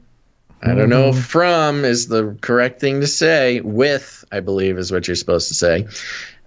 Most of them unvaccinated. COVID-19 has killed roughly 750,000 people in the United States. The stay comes 2 days after the Biden administration unveiled the rule, which was immediately met with vows of legal action from Republican governors and others who argued it overstepped the administration's legal authority. Funny how they say actions from Republican governors and others. because the others include union bosses, labor leaders, Democrats. Yeah. But no, we don't say that. We just say the Republicans did it. The action on the private sector vaccinations was taken under OSHA's emergency authority over workplace safety, blah, blah. We kind of know the details on that. Saturday's court order came in response to a joint petition from several businesses, advocacy groups, and the states of Texas, Louisiana, Mississippi, South Carolina, and Utah. The rule is also facing separate legal challenges before other courts. The two-page order directs the Biden administration to respond to the request for a permanent injunction against the rule by 5 p.m. Monday. Ooh, so it's coming up. We happened. should have that before the end of the show. Maybe we should peek around for it. Check here. Quick little looky-loo. See if they don't give a time zone on that. If it's Eastern, we should already have a report statement or whatever. Statement, yeah. There's nothing popping up here. Uh-oh. Hold on. Biden 3 slot. No, that's not it. Biden kicks off campaign to encourage while US you do kids that, vaccination. No. While you do that, Gonz, I'm seeing a count for live viewers, which is highest live viewers we've had in a while. So if you're new to checking out the show live, thanks for being here. And we're here 3 times a week, Monday, Wednesday, Friday. Go follow us on all the socials or head on over to CanaryCry.Party. That's CanaryCry.Party to find all the links you need to stay connected. And thank you to everybody who's been sharing out the live link here so other people can tune in and check it out.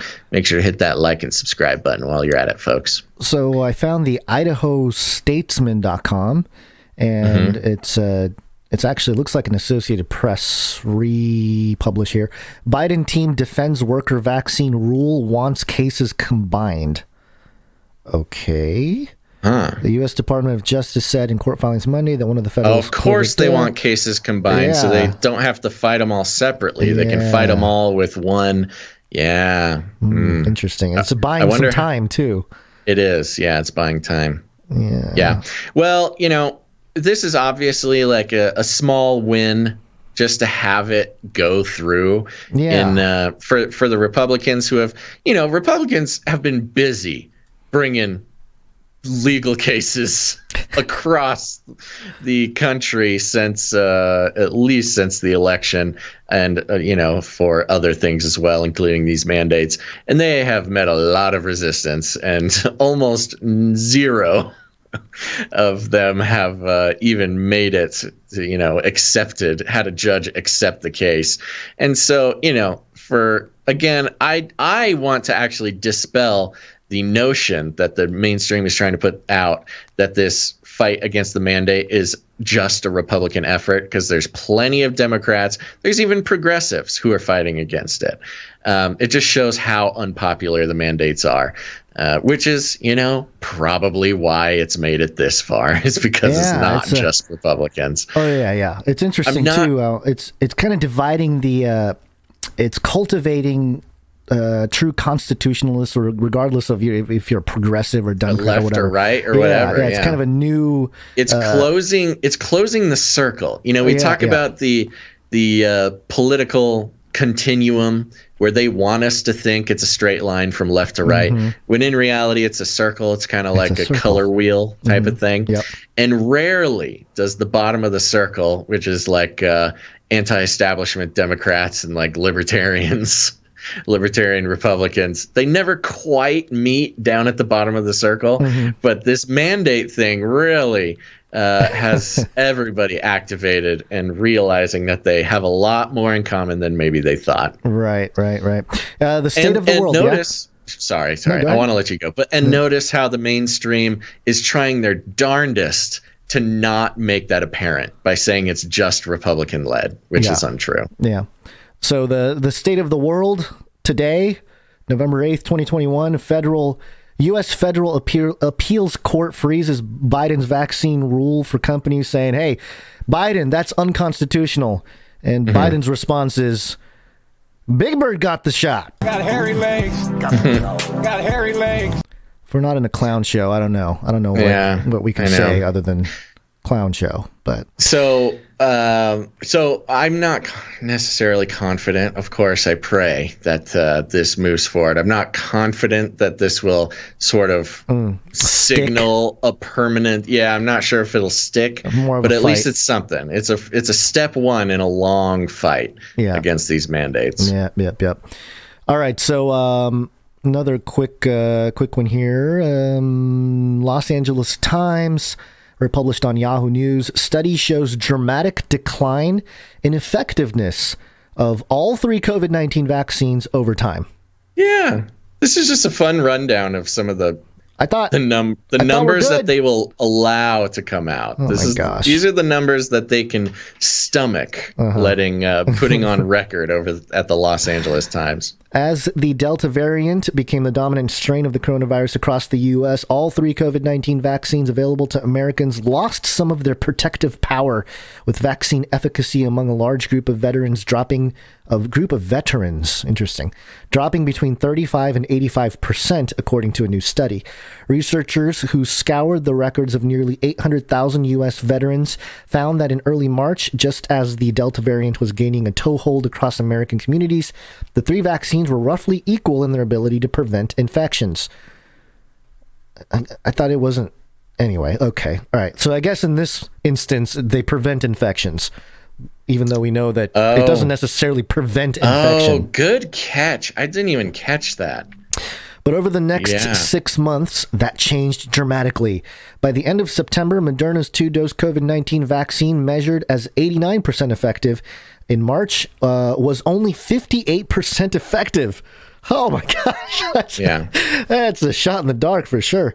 The effectiveness of shots made by Pfizer and BioNTech, which also employed 2 doses, fell from 87% to 45%.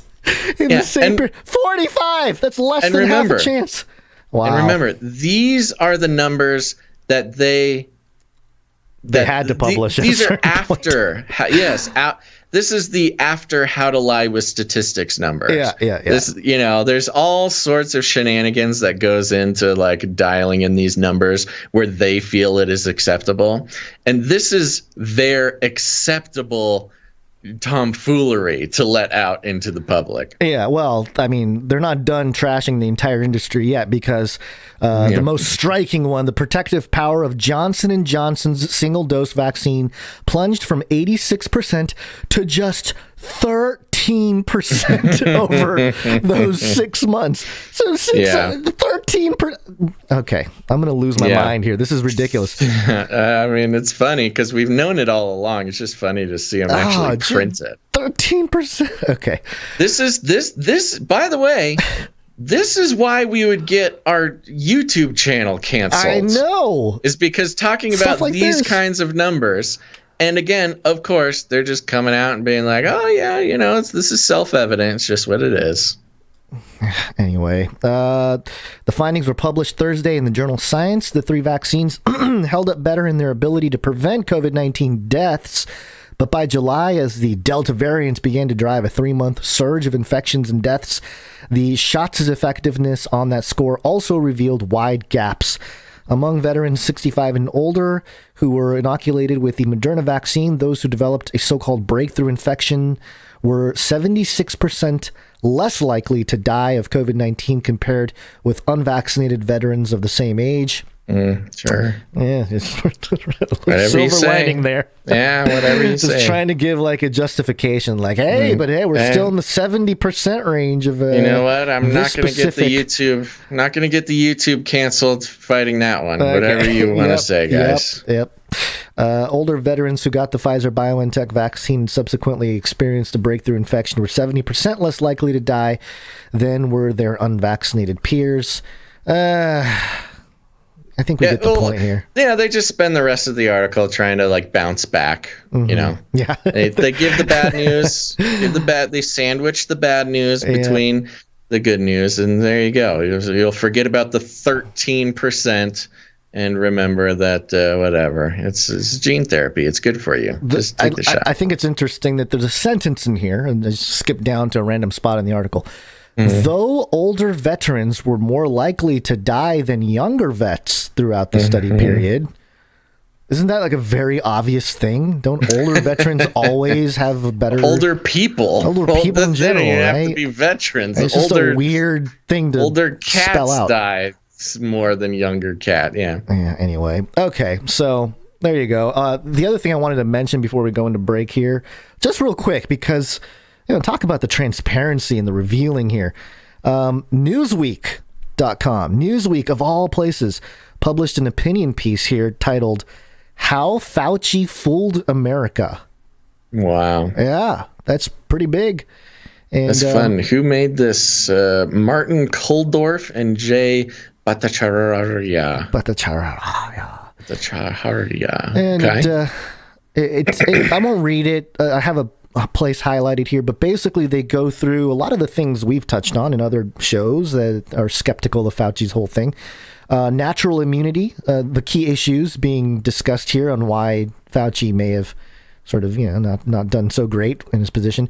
Protecting the elderly, school closures, masks, contact tracing, and collateral public health damage. And then at the bottom here, at the end of the article, it says, in private conversations, most of our scientific colleagues agree with us on these points, while a few have spoken up. Why are not more doing so? Well, some tried but failed. Others kept silent when they saw colleagues slandered and smeared in the media or censored by big tech. Mm-hmm. Some are government employees who are barred from contradicting official policy. Many are afraid of losing positions or research grants, aware that Dr. Fauci sits on top of the largest pile of infectious disease research money in the world. Most scientists are not experts on infectious disease outbreaks. Say oncologists, physicists, or botanists, we would probably also have trusted Dr. Fauci. The evidence is in. Governors, journalists, scientists, university presidents, hospital administrators, and business leaders can continue to follow Dr. Anthony Fauci or open their eyes. After 700 plus COVID deaths and the devastating effects of lockdowns, it is time to return to basic principles of public health. Whoa, Newsweek. Wow. Laying down the hammer. Yeah. In an opinion piece, of course. Not in any official way, but of course, opinion. Hey, I mean, Newsweek is generally more open to these types of things, but even this is pretty hardcore. I know. For a mainstream corporate media outlet. Yeah. I thought it was kind of interesting that it would even be published, but there you go. And that shows just how blatant it is, and people cannot stop thinking about it. Like they cannot deny it anymore. Yep. Yeah. Well, that's some good news. Thank you for that good news. All right. Should we take a little break? Yeah. Before we do, though, go to CanaryCry.Party, put it in your URL, and it'll take you to our LINKTREE where... Bookmark it. What's that? Bookmark it. Bookmark it. Yeah, bookmark it. There you go. Yes. Bookmark the link. And you'll be able to subscribe to our email list. You can explore all the platforms where we stream live. You can connect with us on our own social media, CanaryCry.Community. There's a Discord channel, and we're on some of the other social media as well. And you can support the show right there on CanaryCry.Party. Go there. Thank you very much. That's right. And while you're at it, check into becoming a producer of the show. Like Gonz mentioned, it's the only way that the show keeps going. If you're new to the show, you may have noticed that there's no advertisements, no affiliate codes, no super secret mail enhancement supplements, or freedom phones to purchase to keep the show going. Nope. That's because we are on the value for value model, folks. And it's a very simple model. We create value by putting, we create value 3 times a week by doing this show, and we try our very hardest at it. And if you get any value out of what we do here, you have the opportunity or the responsibility to put some value back in. You may notice other shows out there claim to be true independent media, and they're fighting against the man and the corporations, and then a minute later they'll be playing advertisements for I don't know, donut shops. You were disappointed with a show. I won't mention the show. We don't need to burn the show, but there was recently a show who I generally respect their analysis and deconstruction, and they talk about how independent they are and how the corporate media is out to get them, and then there's a commercial. Here's a commercial for a donut shop. But first, folks. Everybody loves waffles. But I'm like, can no one just really breaking do your heart? this? Yeah, no, how are Gonz and I able to do the truly independent media thing, taking zero corporate money, no YouTube money, no Twitch money, no advertising dollars, because as it's at the very basis, when you take corporate money, that means you are under corporate influence, which means you cannot truly be independent media. But, it's a hard life, living the value for value life. But we're so thankful to our producers who can actually make it happen. We do not need to play mid-rolls, by the way. It's one thing to put an ad at the beginning or at the end of a show, but to roll an advertisement in the middle of a show is just trying to hide your corporate shillery between your information. It's just insulting to your audience. Anyways, whatever. People got to do what they got to do to survive. I understand. We totally understand, especially because, yes, when it comes to money, we would make more money doing advertisements, but it's not about that. It's about maintaining the integrity of being completely separate from corporate funding, because when corporate funding comes, so does the corporate interests, and that includes staying brand friendly. You can't talk about certain things, you can't broach certain subjects, you can't give certain opinions unless God forbid that reflect poorly on your advertisers. Whatever the case may be, that's not what we do here, folks. We're on the value for value model. We have eschewed the very literal mind control that advertising is. Some people think that's a little bit of an alarmist view, but I actually think it's a very rational view. Billions of dollars go into the precise wording, the exact music, the exact tempo, the voice, the everything into an advertisement is specifically engineered to disarm the walls you have in your mind, to let in whatever information they want to install on your hard drive, which mostly is just to convince you that you'll finally find peace and happiness and wholeness and completeness in your life if you just go get a sprinkly donut. And some people might think that's not a big deal, but we take it seriously here. So that's why we're on the value for value model. And that means that you, dear listener, wherever you are, whoever you are, you can join the team of producers who keep this show going. And we call them producers because that's what they are. Just like the real world, if you pay for a piece of media to be produced, you are a producer of that piece of media.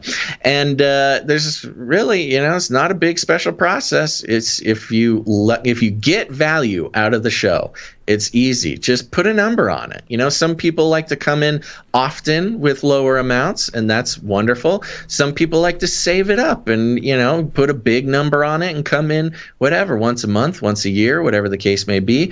It's really up to you how you want to support the show. I do recommend that everybody become a producer at some point.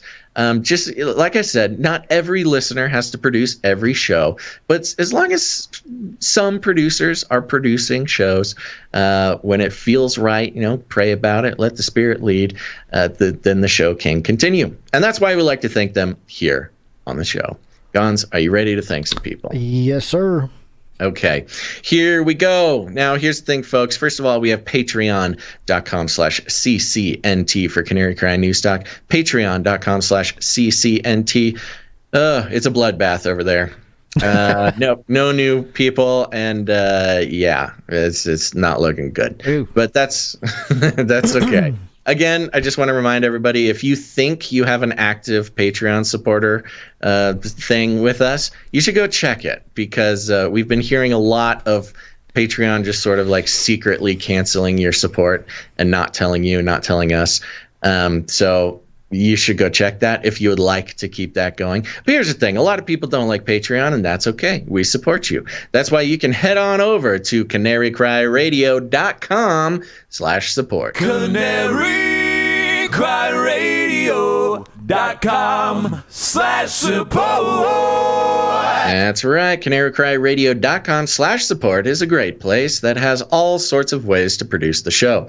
You can, if you're a cool cryptocurrency person, you can support the show with your cryptocurrency. You'll see all our wallet addresses there.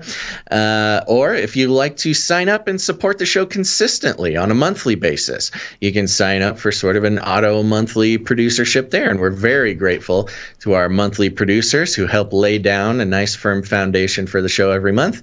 But if commitment is not your thing, we get it, millennials.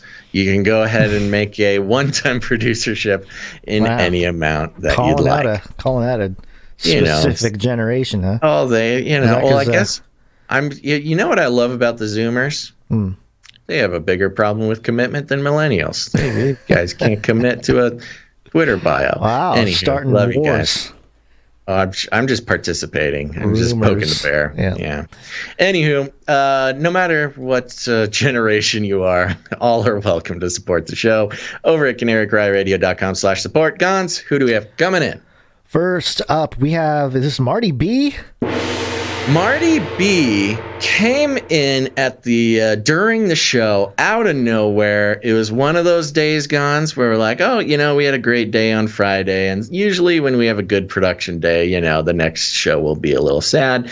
But Marty B came in strong as an executive producer, and we're here to thank him with a cool jingle. Where'd you find this? Thank you very much, Marty B, for being the executive producer of today's show. I did not see a note come in. Wow. And I checked everywhere. Gonz, did you see anything come in? I don't see anything. I don't I mean, it's anything okay. I just want to make sure if he had a note that we catch it. I saw a jingle come in, and we'll get there in the second break. We do have a good jingle. Yeah, that's true. But, yeah, I didn't see a note particularly. Well, thank you very much, Marty B. Thank you, Marty B. Is Marty B knighted yet? I don't think so. He's got to be getting close, especially because he came in with an executive producership of $515.24. Wow. Yeah, wow. Thank Very you, generous. Thank you, Marty B. And that has got to be bringing you close to knighthood. So do your accounting. Send it in. Let us know. Yep. Thank you very much, Marty B. All right. Next up, we have Aaron J. Aaron J is on a streak.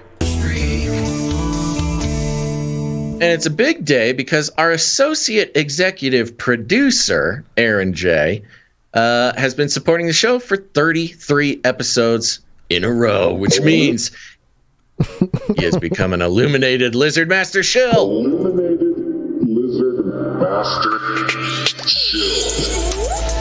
Officially solidifying Illuminated Lizard Master Shill. The most exciting streak. Illuminated Lizard Master Shill. Illuminated Lizard Master Shill. Lizard. You are executed resolution. For this episode, while it lasts.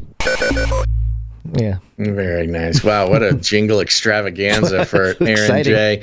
Thank you very much, Aaron J, and congrats on the 33 streak there. And Aaron J came in, as usual, with his current Fortnite level. He's boosted over the weekend up to 146. Woo. Level 146. And yes, for those who don't know, Aaron J is our favorite esports athlete. Just crushing it right now in the Fortnite League. Or I don't know if he's in the league, but he's crushing this season at least. We will invite him to the guild when we create the Canary Cry metaverse. Yes, he shall be part of the. He's currently team captain for Canary Cry Esports. Now he also came in with an 1111 producership as well. Thank you very much, Aaron J. He sent a little note here. Says, I can't find Chris White's documentary film, Ancient Aliens Debunked. Do you know where I can find the film? Yep. I do. You do? Yes. You do know? Yes. Okay. You go Did it move locations? No, it did not. Okay. You go to ancientaliensdebunked.com. And it will take you to Chris White's website here, and the video is embedded. He published, I think this is on the backup channel that he had, the verse-by-verse Bible teaching channel. So you can see it. But if you just go to ancientaliensdebunked.com, it'll take you to the website, and it's got all the resources and everything. So, yeah, there you go. I don't know. Maybe they buried it in the algos and the search results. It would not surprise me. Yeah, that wouldn't surprise me at all. But there you go. Yeah. I think that video had like millions of views, 7, 8 million, 10 million views or something. So yeah, definitely made an impact on the whole, because it's weird. The Ancient Aliens conversation was so big, and then Chris White, as Chris White does, just kind of debunked it. And it was like, oh, they definitely didn't tell us the whole story of all the stuff they attributed to aliens. But it was such an entry point for a lot of fringe people, though, for sure. Yep. And Chris White's debunking of Ancient Aliens was a great transference from full-on Ancient Aliens sort of narrative questioning into a more sort of truthful and realistic segment of the genre. So yes, I haven't. Usually, Chris White and I will kind of poke each other on Twitter once in a while. Haven't poked him in a while. Aaron J's note finishes out with, "I should be a lizard man this episode, right?" Yes, you are. You're a lizard man, Aaron J. Congrats. Also, yes, Aaron J, check your knighthood, man. You gotta be there. You gotta be close at least. Pretty much, yeah. All right, who's next? Aaron J. Next up, we have Cynthia F. Cynthia F. She's back, and she comes in with 3333, which makes her one of our Illuminati handlers. Illuminatus! And a note here, it's my B-Day tomorrow, so I thought I would give you guys a gift. Please play Space Pope Jingle if possible. Thanks, Sin. Now, yes, we need a birthday and we need a Space Pope jingle. Space Pope Reptilian. And waiting for the board to switch over for the birthday song. Happy birthday, Space Pope Reptilian. Yes, very fun. Thank you very much, Cynthia F. Yep, thank you, Cynthia S. F, not S. F. There you go. Yep. Next up, we have Veronica D. Veronica D, thank you very much for your support. I think I was looking at our notes. I think we forgot to credit her for last episode, but I went back and took a look. So we're keeping her streak going. Sorry, somehow you slipped through the cracks, Veronica. But here's Veronica D, and she is on a streak. Yeah, she's on a streak. Women rule! That's right. 46 episodes in a row. Thank you very much. Good job. Keep it up. Crushing Thank you, Veronica D. Next up, we have Heather Russ. Heather Russ is on a streak. Yeah, she's on a streak. Women rule! 23 episodes in a row. Heather S. comes in with 1333 and a note. Oh, they're Illuminati handlers as well. Illuminatus! Hey, Bands and Gozel, keep up the good work. Mark 1333. Keep looking, keep awake, for you do not know when the appointed time is. Much love, Heather S. Thank you very much, Heather S. Thank you very much. Next up is Child of God. Child of God is here and on a streak. And Child of God has done it. Child of God has made it to 15 episodes in a row, which means Child of God is a Rocket Man. Oh, that's a good one for today. Rocket Man. Burning out his fuse out here alone.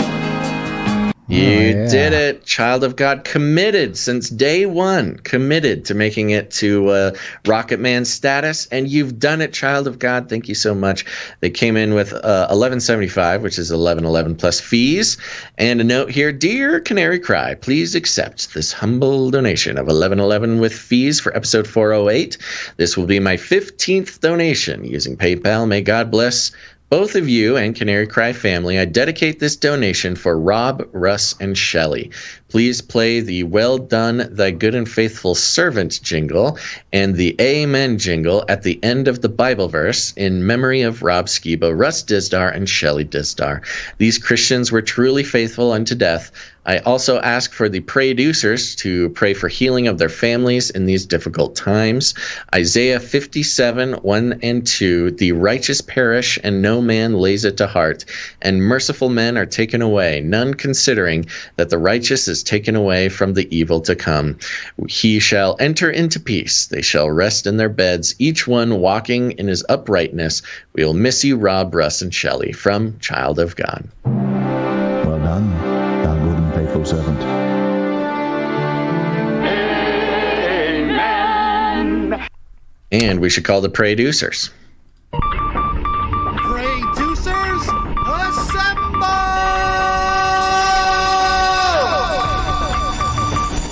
That's right. Producers around the world are assembling at the behest of Child of God. We will continue to be praying for the families of Rob, Russ, and Shelley. Thank you very much, Child of God. Thank you very much, Child of God. Appreciate it, and I appreciate the note there. Next up, we have Amanda P. Amanda P is back and on a streak. Yeah, she's on a streak. Women rule! That's right. She comes in 4 episodes in a row and comes in with 11 plus fees. Thank you very much, Amanda P. Thank you, Amanda P. Next up, we have Morv. Morv is on a streak.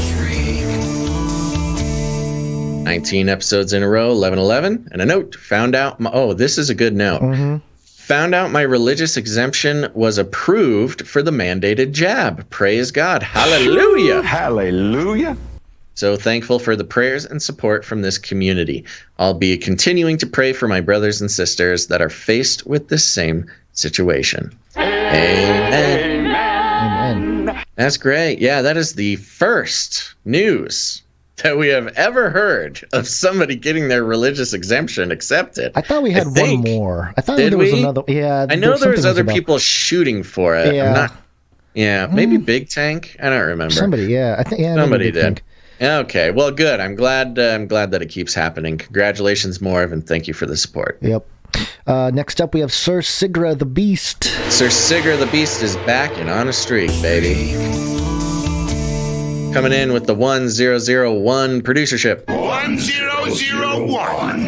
Amen. 5 episodes in a row. And a note, I hear that if you say the name Lord Edge 20 times while staring up at the night sky, a Skylink satellite will shoot a beam at you that upgrades you into the Tesla Borg, complete with Neuralink brain chip, flippy arm cannons, and vaccine nanobots. Oh, Sigra. Oh, Sigra. Thank you for that note. Appreciate it.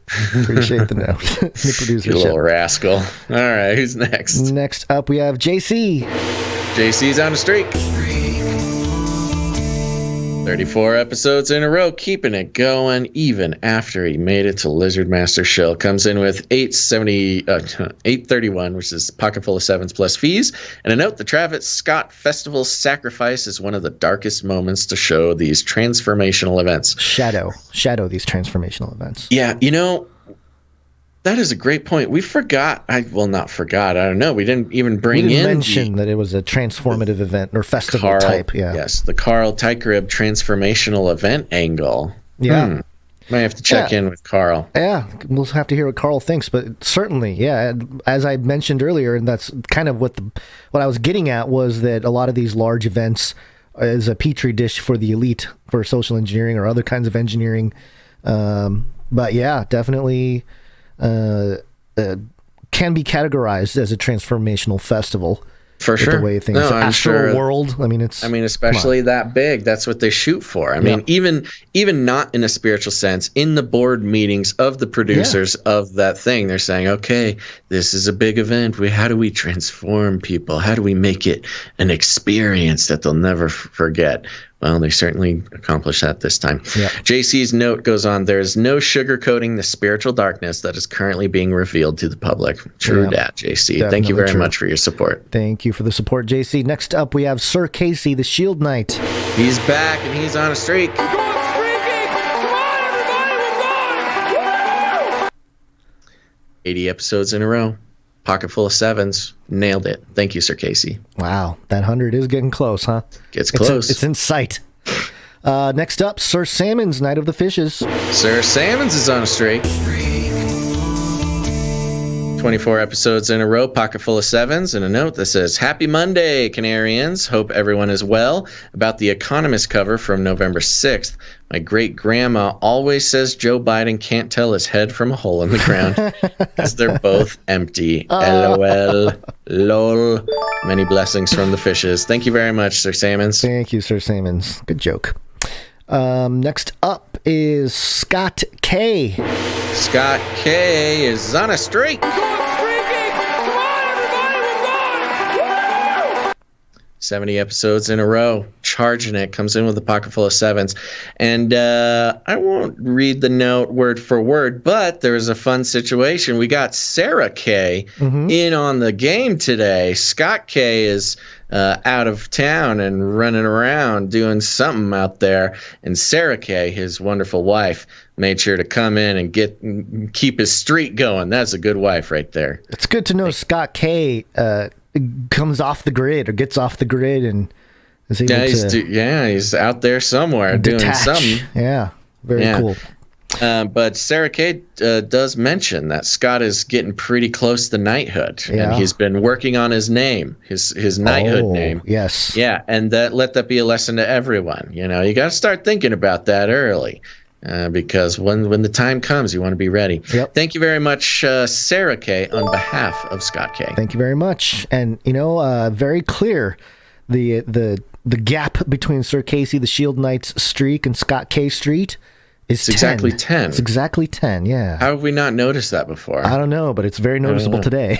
Yeah, it is. Sir Casey the Shield Knight at 80 and Scott K at 70. There you go. Thank you very much. Next up, we have Gail M. Gail M is on a streak. Yeah, she's on a streak. Women rule! 47 episodes in a row. She comes in with a pocket full of sevens.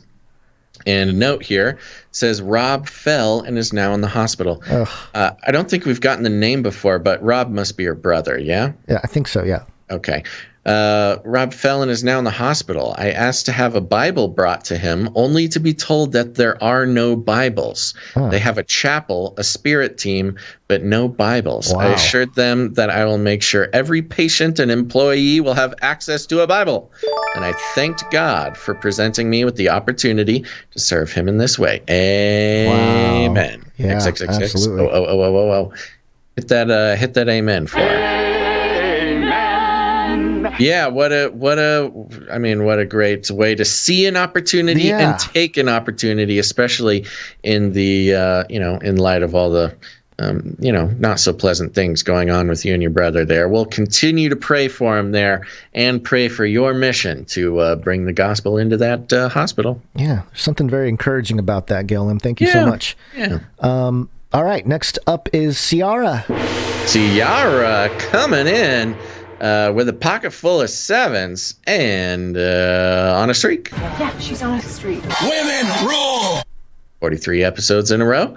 And a note here, Gonz, that brought something very important to our attention. Yes. And that is, the note reads, Happy birthday to Ebony Blaze. Yeah. Happy birthday. Ebony Blaze in the chat. Thank you so much. Ciara's note also had a little heart floaty smiley emoji there. And yes, we extend that out into the Twitchiverse or wherever you're watching today. Ebony Blaze, we thank you so much for being a part of the community. Did we say Ciara's on a streak? Oh, yeah. Okay. Just we making did. Sure. All right. 43 eps. Yeah. I'm just goldfish right now. I can't remember 10 seconds ago. Understand, Gonzo. That's why you need to jack into the metaverse where you can store all your memories on the cloud. No, not the cloud, the blockchain. The blockchain cloud. Yeah. All right. Well, thank you. Those are all of our producers who came in over pocket full of sevens. But we've got the rest of the list here, Gonz. And that starts with producer Andy K. Thank you, Andy K. Thank you very much. Andy K came. Yep. Thank you, Andy Kaufman. Comes in with the pocket full of threes. Thank you very much. Thank you, Andy K. Next up, we have 57 Chevy Girl, who is on a streak. Yeah, she's on a streak. Women rule! 4 episodes in a row. Comes in with 3s and fees. And thank you very much, 57 Chevy Girl. Next up, we've got the Green Mountaineer. And yes, the Green Mountaineer comes in with a pocket full of 3s. And the Green Mountaineer sent a note, and just a reminder for everybody, we don't read notes for producership under a pocket full of 7s, but the Green Mountaineer let us know that this is his first producership, which means he must be demooched.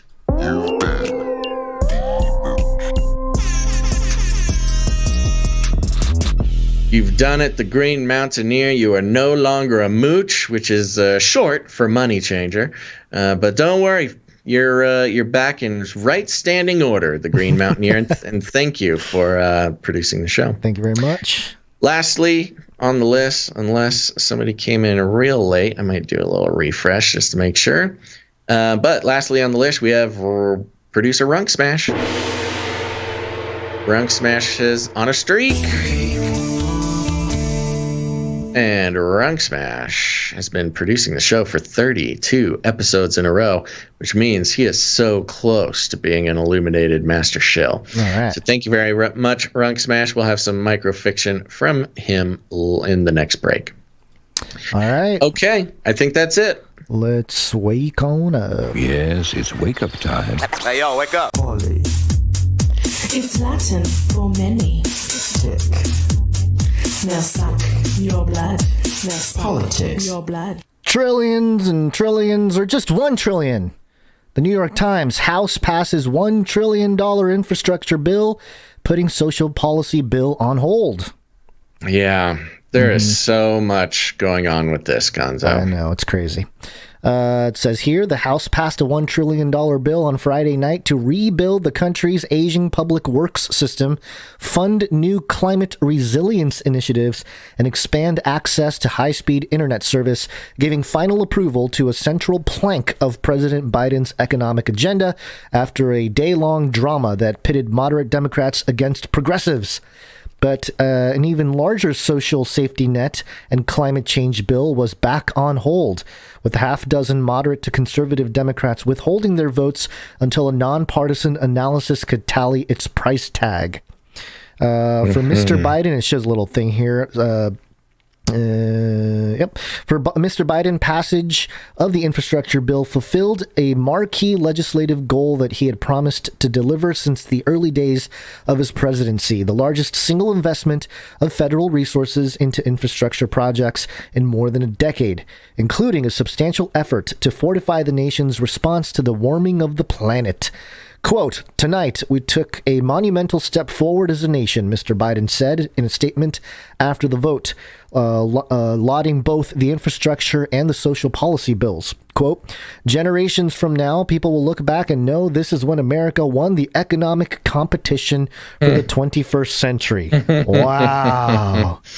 Large words coming from the president. I mean, that's funny. Of course, he has to say this, I know. especially because you really took a big loss on this thing. Yeah. You know, of course, just to give the sort of rough timeline, or at least the rough roadmap of how this has gone. He came out first with like a $6 trillion version. Then it got down to a 3.5 trill. And then they split it in half because they had to separate the sort of Green New Deal stuff from the infrastructure stuff. And this has been going on and on and on, mainly thanks to Joe Manchin and Kyrsten Sinema, the sort of rebel Democrats who aren't buying it. Yeah. Yeah, you know, the details of this $1 trillion that actually passed are pretty pitiful. I mean, really, the broadband internet thing is like the biggest part of it. And then there's some like other little things, but they're, you know, it's a token. It's a token step forward compared to what Biden actually wanted to do. And, you know, they described it well in what you just read. This is sort of a plank, one plank of this whole ship he was trying to get. It's not a great analogy. It's like, this is the one plank. Everyone's going to jump off the ship into the dark sea. I think it's a great analogy because that's exactly what it is. Yeah, you know, I know, but he needed a win. He's accomplished exactly nothing for his entire presidency. At least exactly nothing that he ran on. He's signed a bunch of executive orders that are basically a bunch of nonsense, and then made everybody angry with tyranny and not making the pandemic any better, et cetera, et cetera. He just needed a win. And it's funny, I don't know if this is in the article that you're reading, and maybe I should just let you do that, but they when they split it, there's this big battle between like, okay, all right, you crazy progressives, just vote. Let's get this little infrastructure thing out, and then we promise we'll pass all the social safety net stuff in the Build Back Better.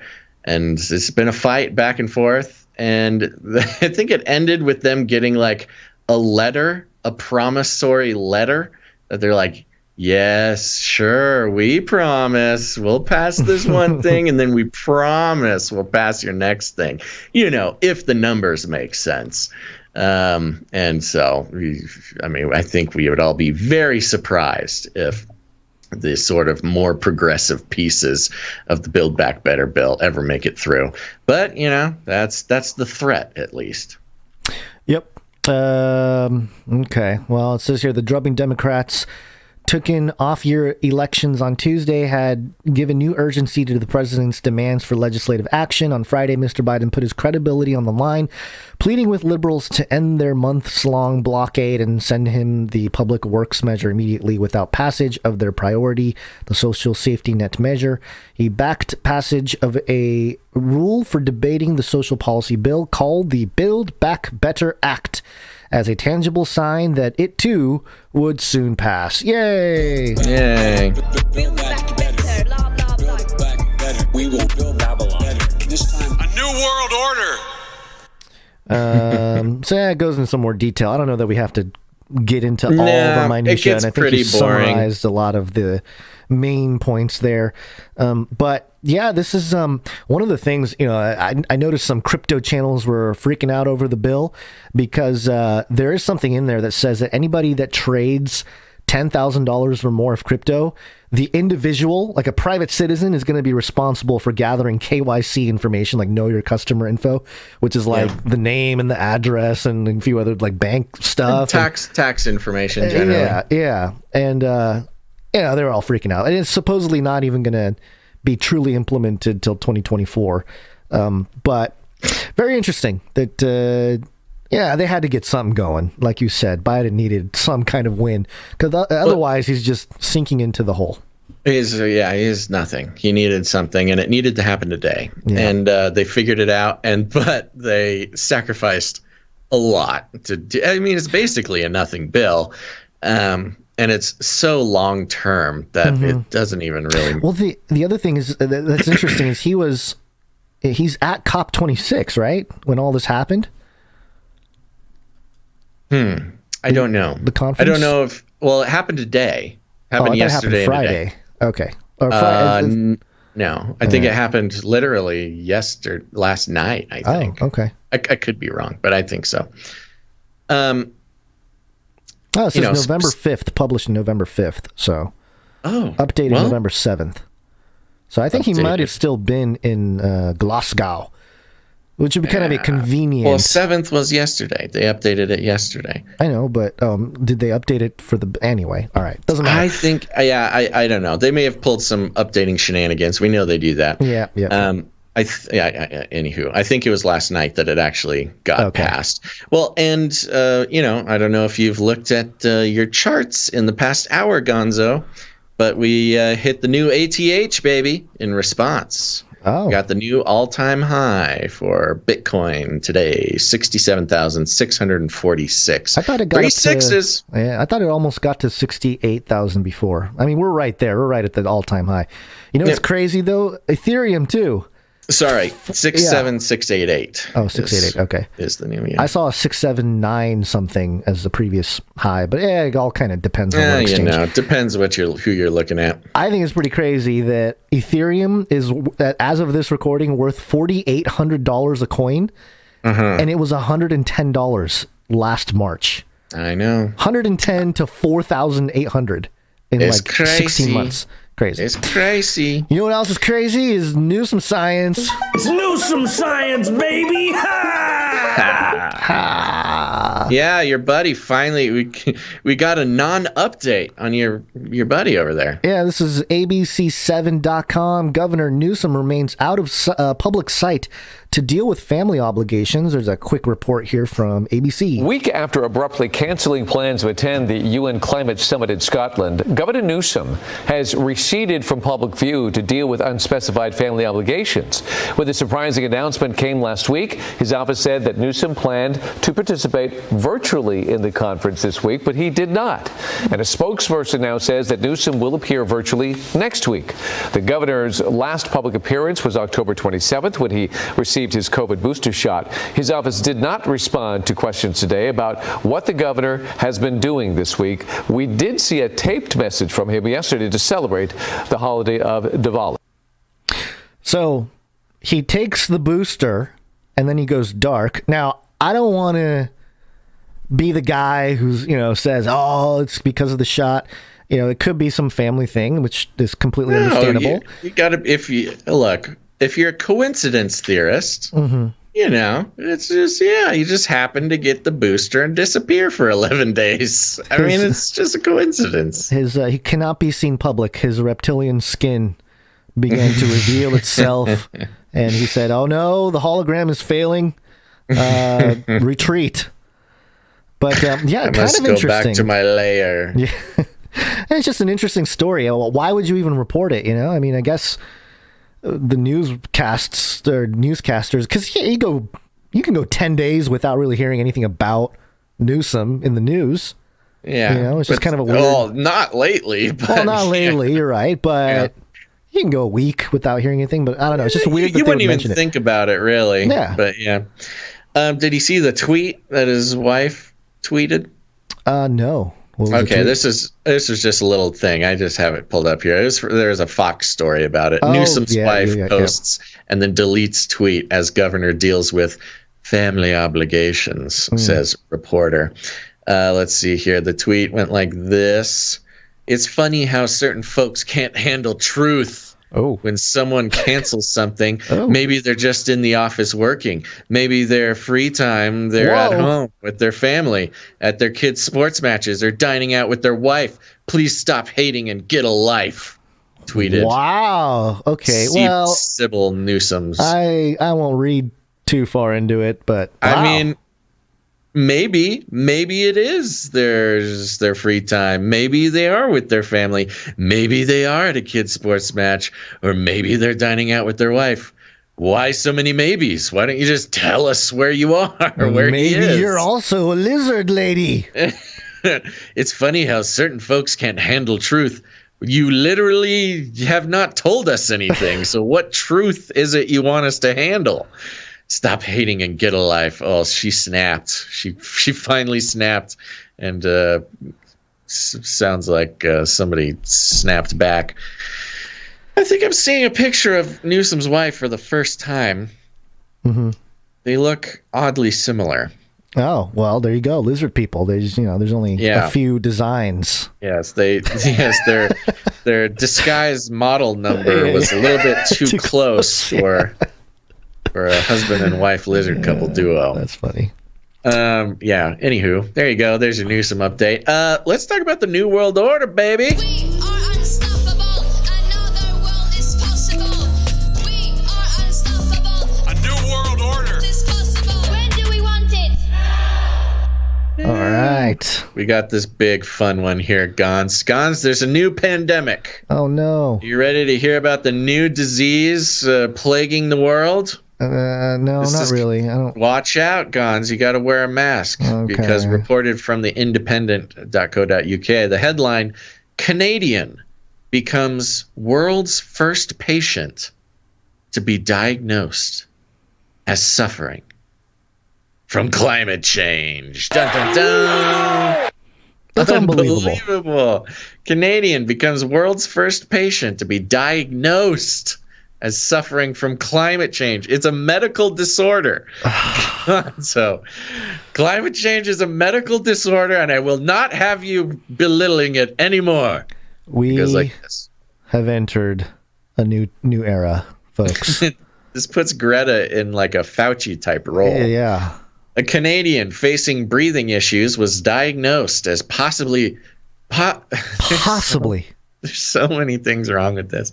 A Canadian facing breathing issues was diagnosed as possibly the first patient in the world from suffering from climate change. The first? I thought we're all living the climate crisis. Hold on. As doctors said, heat waves and poor air quality were responsible for his condition. Okay, look, if we're going to take the Greta stance, he is not the first man suffering from climate change. He's not the first person. According to the climate change people, there's like millions of like people in Asia and Africa and everywhere that the poorest nations are suffering the most from climate change. Is it just because like they haven't been diagnosed by a Canadian doctor? Is that why they're not there's so much like contradiction wrapped up into this in the very first sentence. But let's continue. Dr. Kyle Merritt, responsible for the diagnosis of the senior citizen from Nelson in British Columbia who suffered from asthma, said this was the first time in a decade that he wrote climate change as a cause of suffering. Oh my gosh. Okay, that is Dr. literally Kyle means Merritt, nothing. You are demerited from your doctorhood. First time in a decade that he wrote climate change. So the news report here is a doctor wrote the words climate change on a piece of paper. But also he said it's the first time in a decade, and they just told us that this guy was the first guy. I kind of have to assume that they meant like in his decade of practice, in his decade of being a doctor. Okay, all right. Okay. That's kind of what I had to deduce. There wasn't some other guy or gal 10 years ago that got diagnosed with climate change as the cause for kind of had to take some context clues, but I think that he's just been a doctor for a decade. But anyways, here's a quote. If we're not looking at the underlying cause and we're just treating the symptoms, we're just going to keep falling further and further behind the emergency room. He's an emergency room doctor, by the way, told the Glacier Media, which God love our emergency room doctors, but he's not like a family practice person. He's not like he's treated this woman for years or something. She walked in and that's what he wrote on a piece of paper. Quote, "It's me trying to just process what I'm seeing," he adds. You know what? It's only a matter of time before I walk into a emergency room and my doctor should write, political stupidity as my diagnosis on what's stressing me out so much. Canada has suffered from a historic heat wave this year in June, followed by a thick smog season triggered by wildfires. British Columbia, the westernmost province of Canada. And then it goes on and on for about 10 paragraphs about, climate change is destroying Canada. And then here's the fun part.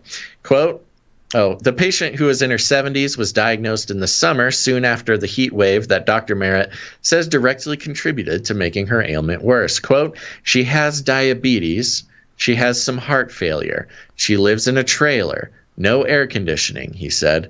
All of her health problems have all been worsened, and she's really struggling to stay hydrated. Okay, look, it sounds... Climate! The I don't did think it it's to her. the climate change that's doing it to her. It's obviously whatever system you have going on in Canada, whatever your weird socialist capitalist hybrid system is, where this old woman has heart failure and diabetes and is living in a trailer with no air conditioning and she can't get a bottle of water. Maybe that should be what the thing is, not some trumped up climate change nonsense, whatever it is. What is it? Diagnosis. That's what it is. Anywho, I mean, not that it's just Canada. Americans have similar problems. But, maybe it's traileritis or something, Let's get this lady into a better living condition. Again, not that there's anything wrong with living in trailers. I've lived in a trailer. It's a good time sometimes. The diagnosis from Dr. Merritt has led to other doctors in the province launching an initiative called Doctors and Nurses for Planetary Health. Planetary health. Planetary. These are space doctors.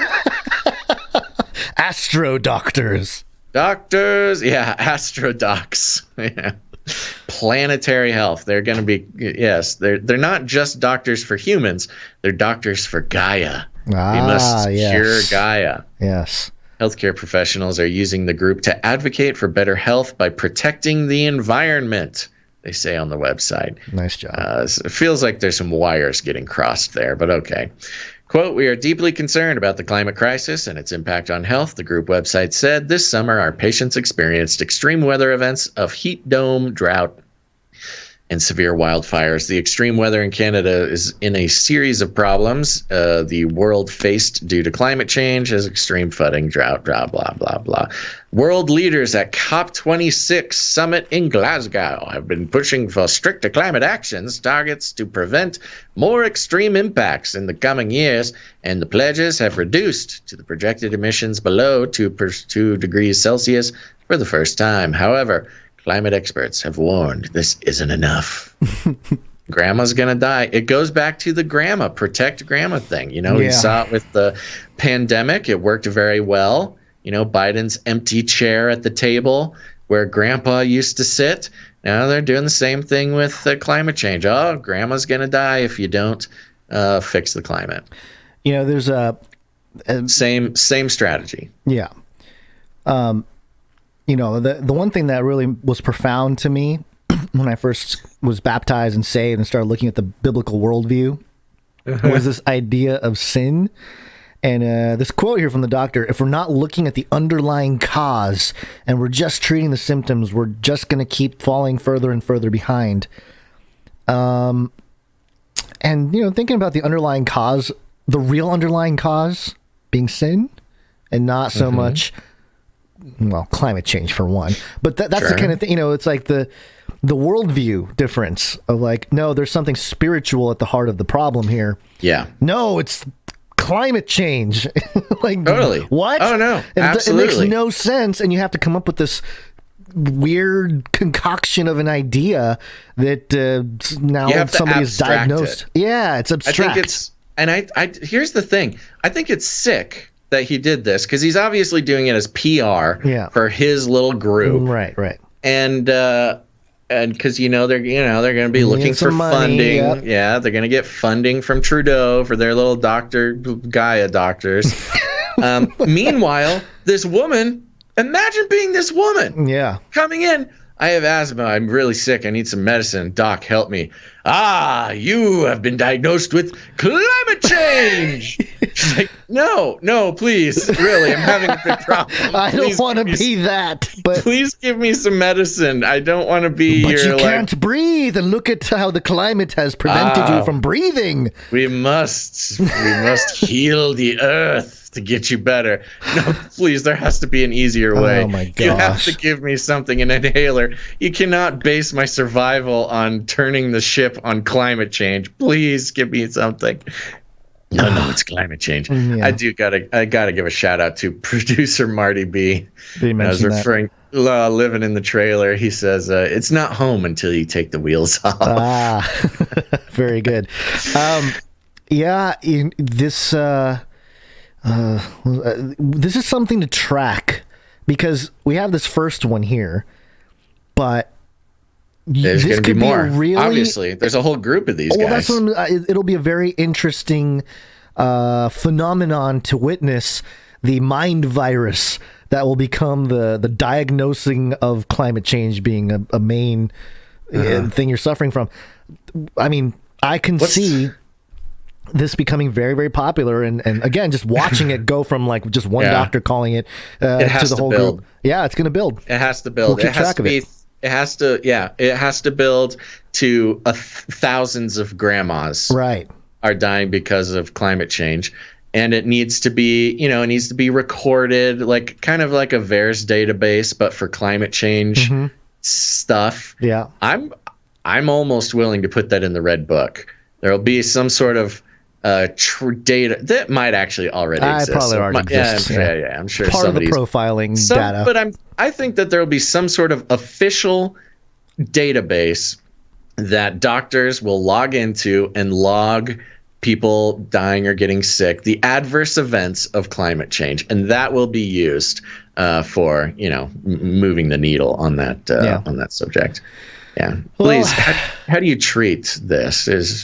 Come on. Well, one of the leading the tip of the spear, the people that are really making this the rubber meet the road with climate change initiatives is COP26, and when we started Canary Cry News Talk, I believe we were exiting the Obama era. And we were entering the Trump era. I think it was right around that time. Yeah, we're in the last year of Obama. Yeah, and we didn't do politics really. It was part of the whole shtick. All robots all the time, baby. All robots all the time. But now that we touch on politics, and everything is one giant thing here, Barack Obama spoke at COP26, and he said some couple interesting things. I left in all the pauses. It's a little nostalgic from 2008 to 2016 era. He's back. I would have had the power to do even more to fight climate change during my time in office if I'd had a stable congressional majority that was willing and eager to take action. And for the bulk of my presidency, I didn't have that majority. Oh, please. Gaining such majorities require an engaged citizenry willing to do what it takes to reward politicians who take this problem seriously and send out of office those who don't. Send out of office. I am convinced that President Biden's Build Back Better bill will be historic and a huge plus for U.S. action on climate change. But keep in mind, Joe Biden wanted to do even more. He's constrained by the absence of a robust majority that's needed to make that happen. Both of us have been constrained in large part by the fact that one of our two major parties has decided not only to sit on the sidelines but express active hostility toward climate science and make climate change a partisan issue. Yeah, the Democrats don't do that at all. But when we're talking about Obama being the puppet master of Biden as the puppet, you listen to that and it's like, wow. I mean, again, just revealing the puppet master there. I actually played these clips in the wrong order, I think, or no, I think I just missed one. There was another Obama clip that was supposed to go before this one, but he's basically calling for a new world order, and it surrounds climate change. We need advanced economies like the U.S. and Europe leading on this issue. But you know the facts. We also need China and India leading on this issue. We need Russia leading on this issue, just as we need Indonesia and South Africa and Brazil leading on this issue. We can't afford anybody on the sidelines. It's a lot of leaders. 10 kings, baby. Too many leaders. I recognize we're living in a moment when international cooperation has waned. Pauses, a moment of greater geopolitical tension. I'm glad he pauses so much. It gives us a chance to talk. And then we comment too late, and then he starts talking again. In part because of the pandemic, in part because of the rise of nationalism and tribal impulses around the world. And yes, in part because of a lack of leadership on America's part for 4 years on a host of multilateral issues. I understand that it's harder to get international cooperation. There are more global tensions. But there is one thing that should transcend our day-to-day politics and normal geopolitics, and that is climate change. It's not just that we can't afford to go backward, we can't afford to stay where we are. The world has to step up, and it has to step up now. Whoa. Daddy Obama. So Daddy how's that going to happen? I confess Oh my gosh. I don't have all the answers. Okay, good. As I'm sure is true for all of you out there, those of you who are steeped in this work, who are far more expert than me. You got something to say? Are you falling asleep? The pauses are too much, man. I mean, I'm glad you left them. It reminds me what life used to be like. Just the hypnotic rhythm of Obama. I seriously think there's a large population of people around the world, especially in the U.S., that basically was hypnotized by this guy when he spoke. I think so too. Just and his rhythm. I think it's funny too because Biden has the milieu of these pauses, except for they're so long that Biden falls asleep in between. Biden loses his thought between words. Somebody's got a button that zaps him in between these things to stay awake. There's a little bit more here. Okay. There are times where I feel discouraged. There are times where the future seems somewhat bleak. There are times where I am doubtful that humanity can get its act together before it's too late. And images of dystopia start creeping into my dreams. Looks like he dyes his eyebrows. Did you hear what he just said? Yeah, images of dystopia creeping into his dreams. Come on, Obama. We've all been there for years, man. You're just having these dreams. Because the world leaders aren't acting on climate change.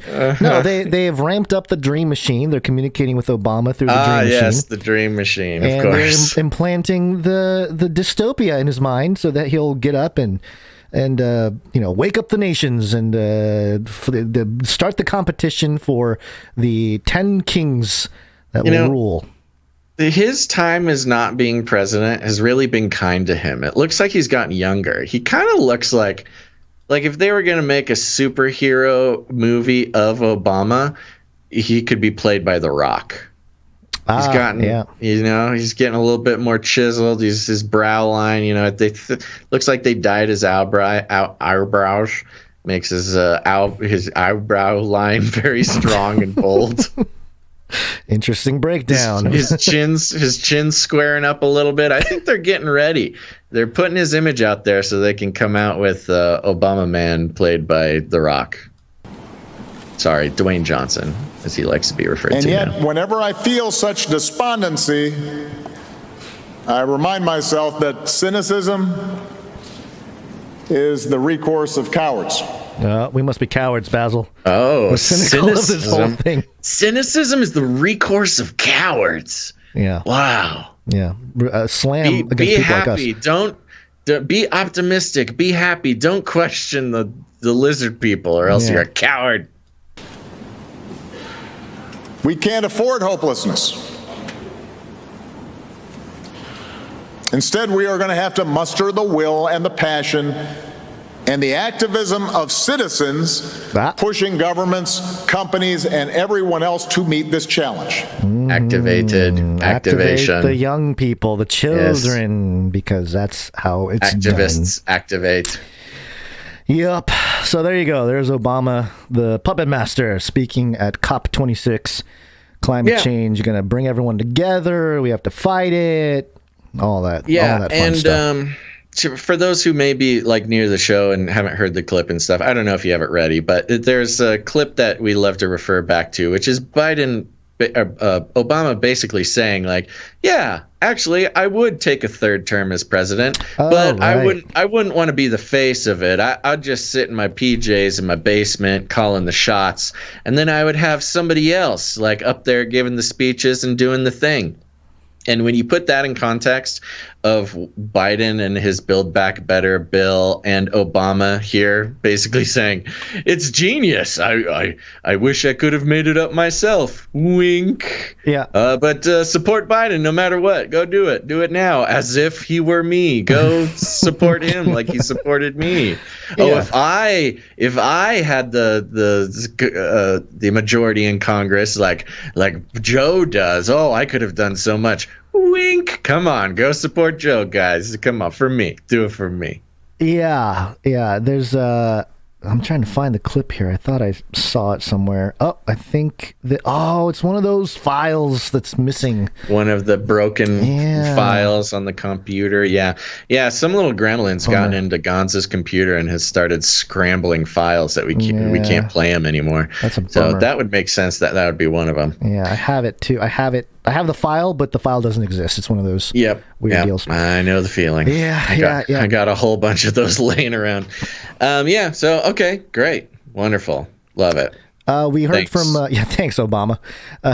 We heard from another Skull and Bones member, John Kerry, and this is actually a news report from Yahoo reporting on what John Kerry said, and that is well, let me just play the clip first. We're exactly at the halfway mark of COP26, and this first week has really been dominated by a slew of bold promises and initiatives that countries have made to try and slash the amount of greenhouse gas emissions. But we got a bit of a reality check from Special Envoy of Climate, John Kerry, who said, look, even if all of the promises that were made this week, all of the promises the country's leaders have made, all of those were met, global warming would still be kept at 1.8 degrees Celsius. Now, that is significant progress from where we were before, but it's still well short of that 1.5 degrees that climate scientists say is necessary to cap global warming at to avert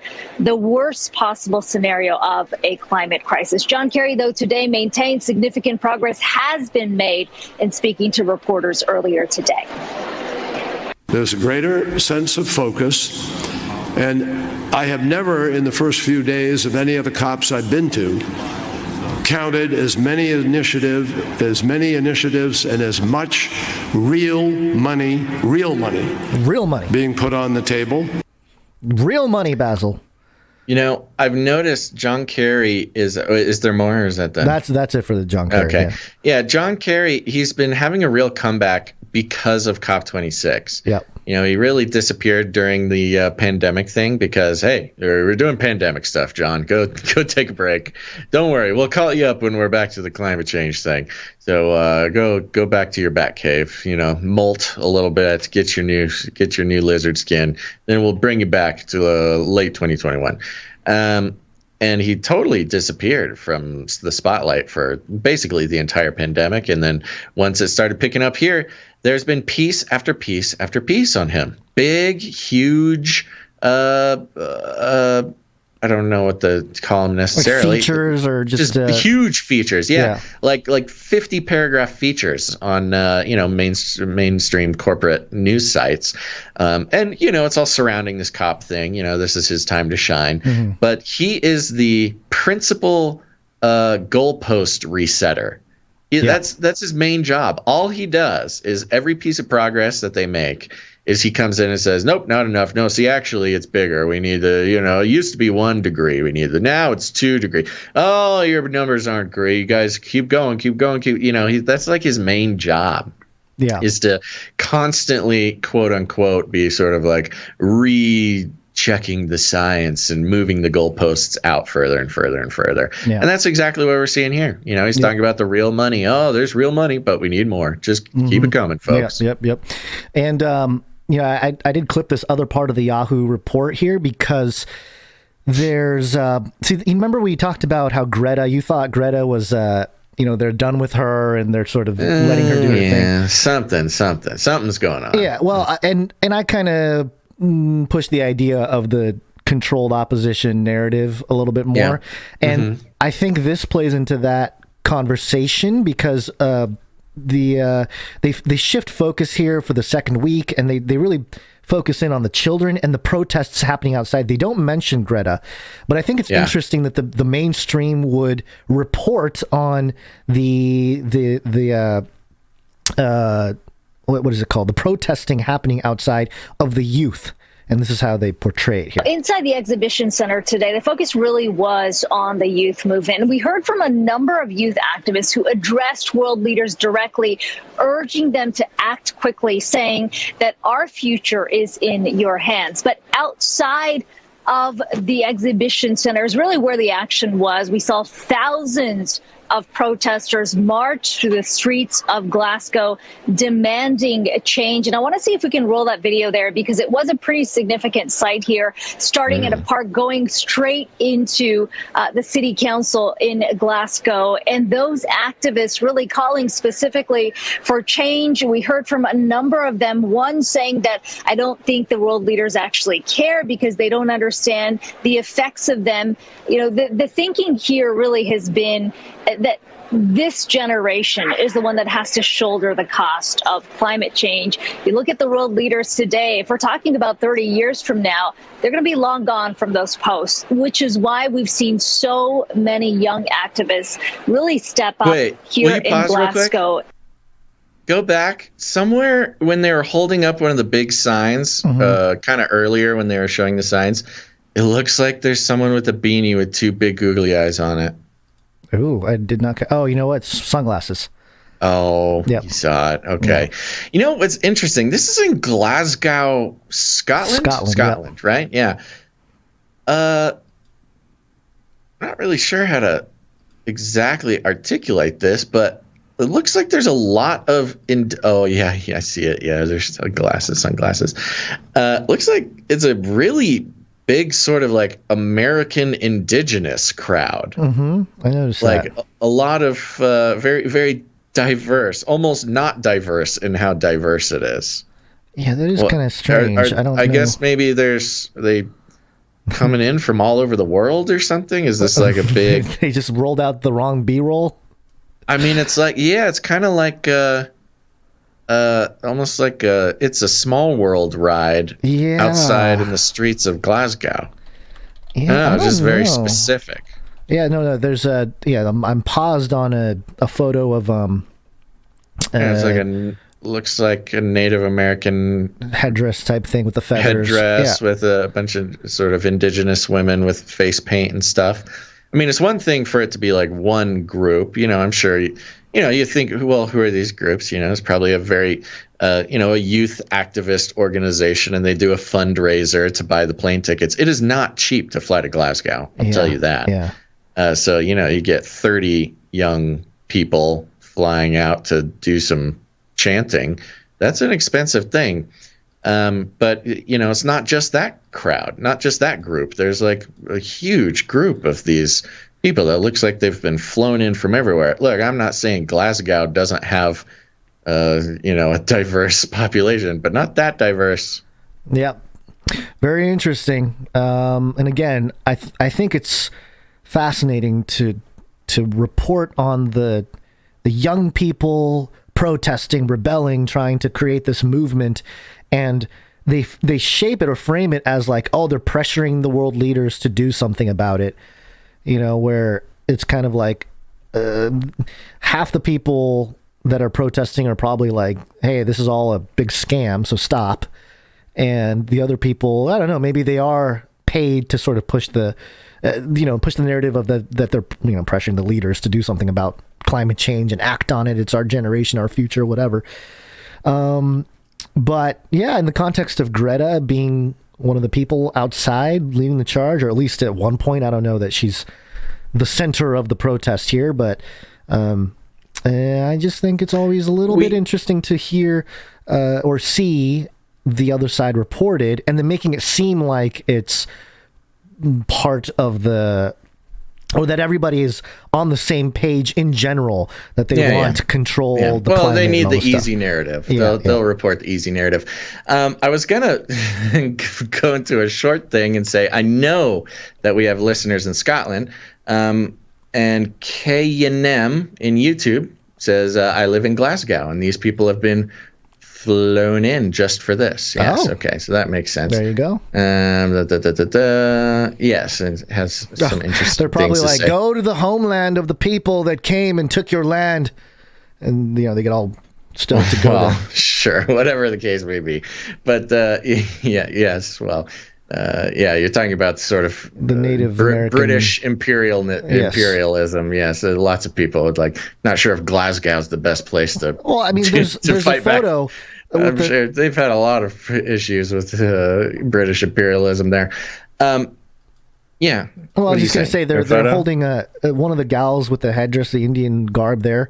Yeah. The sign says "Land Back." There is no climate. No. This is a central location for all sorts of activism to be sort of brought to light. I do want to say to all of our Scottish listeners, I met a Scot last year, actually, and he taught me about tops off. So I'll be looking at the weather, Scots. Tops off. All right. It's apparently when it gets like 40 degrees Fahrenheit, it's warm enough for all the dudes to take their shirts off. And that's sweet. Yeah, there's like a national alert goes out. There's a website that tells all the Scottish guys, is it tops off? Yeah, it's tops off. And then you'll just have like, middle-aged, Scottish men walking around with their shirts off in the middle of the day, just walking downtown. Fine. Anywho, tops off, K&M. This is my Australian accent. All right, let's keep moving. What do we got? I think that's it. It's time for another break. Thanks some of our producers. It's break time! Come on, take a break. Okay, we're going to take another quick break, and Gonz is going to tell you all about it. Yep. We got some producers to thank. We thanked our producers that came in with their treasure in the last break. And this break, we're going to thank the producers that come in with their time or talent. We appreciate you. Christine C., thank you for the timestamps to last episode 407 of Canary Cry News Talk. And that'll help you skip around these long broadcasts and jumping from category to category. We're going to start also with a jingle that came in. We have a new jingle.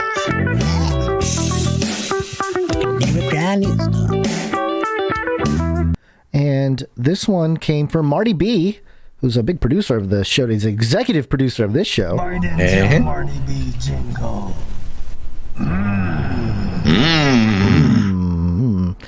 And let's see here. I'm trying to find his note. Come on, computer. Do the right thing. Listen to clicks. He says, I hope someone reaches 100 in a row, and I hope that's one of your level points. Thanks, Marty B. So, yeah, Marty B put together a level 100 jingle. It's really getting ahead of the game, You know what? Somebody's got to. Yeah. Somebody's got to plan for these things, Marty B. Thank you. So here's the jingle. 1, 0, 0.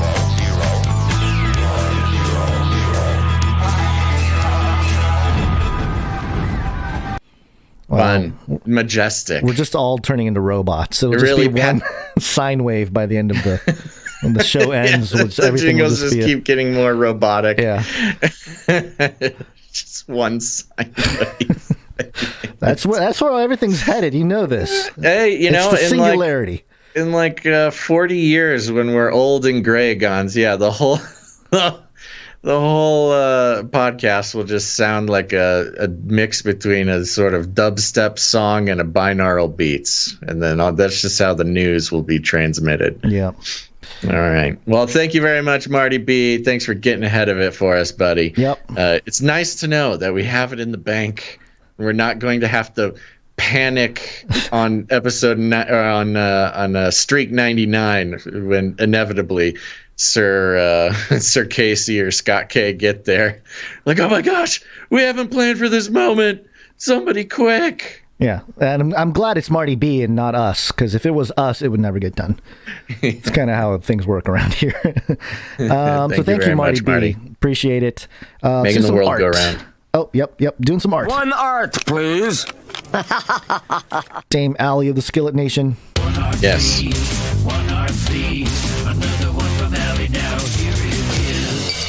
There's a whole thing around this one. So the note comes in with this piece here. Last week, Senator Ron Johnson of Wisconsin held a press conference about vaccine mandates. Speakers included many vaccine-injured participants, including 2 healthy young athletes who are no longer able to participate in their sports or even continue with normal daily life. A 12-year-old Pfizer jab trial participant confined to a wheelchair whose mother had to speak on her behalf, and a gentleman who lost his only son, age 16, to the jab. Notably absent from the press conference was anyone from the CDC, pharmaceutical companies, or NIH who were personally invited by Senator Johnson. And there's a clip here where Senator Johnson tells who he invited to the press conference and points out that none of them are in attendance. And then there's another moment here. What is this? Oh, okay. Links. Okay, it's just a little note. If the link can be included in the show notes, maybe more people would watch it.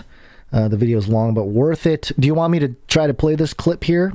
Or do you think we get the... I don't know. I haven't looked at it. Yeah, it might be tough to spot it right in a second. Yeah. But, yes, that is the note here. And then she actually lists the people that were invited, which CDC Director Dr. Rochelle Walensky, Secretary of Defense. Yeah, I believe we actually talked about this little thing that he put on. We might have mentioned it. Yeah, it was referenced in one of the stories last episode, I think, or the story before. Fauci's on the list. Dr. Francis Collins is on the list. And actually, Dr. Francis Collins, he was on with Lex Friedman a couple days ago, or a few days ago. I listened to some of the interview, and it was interesting to hear Dr. Francis Collins be a little more candid about his positions on vaccines and everything else and the tests, and pushing back a little bit on Lex Friedman's more, I would call it the Joe Rogan mainstream kind of narrative, where it's a little bit edgier, it's a little bit more skeptical of some of the institutions. But Francis Collins really... really sticking to the vaccines work and sticking to the storyline. Sticking to the story. You got. I know he is stepping down. Has that taken effect yet? I think so. I think it's pretty much done. Well, I think we would know who is in his place. Oh, true. Yeah, you're right. I think maybe he's like set. He's going to step down, whatever, sometime soon in the next few months or something, probably.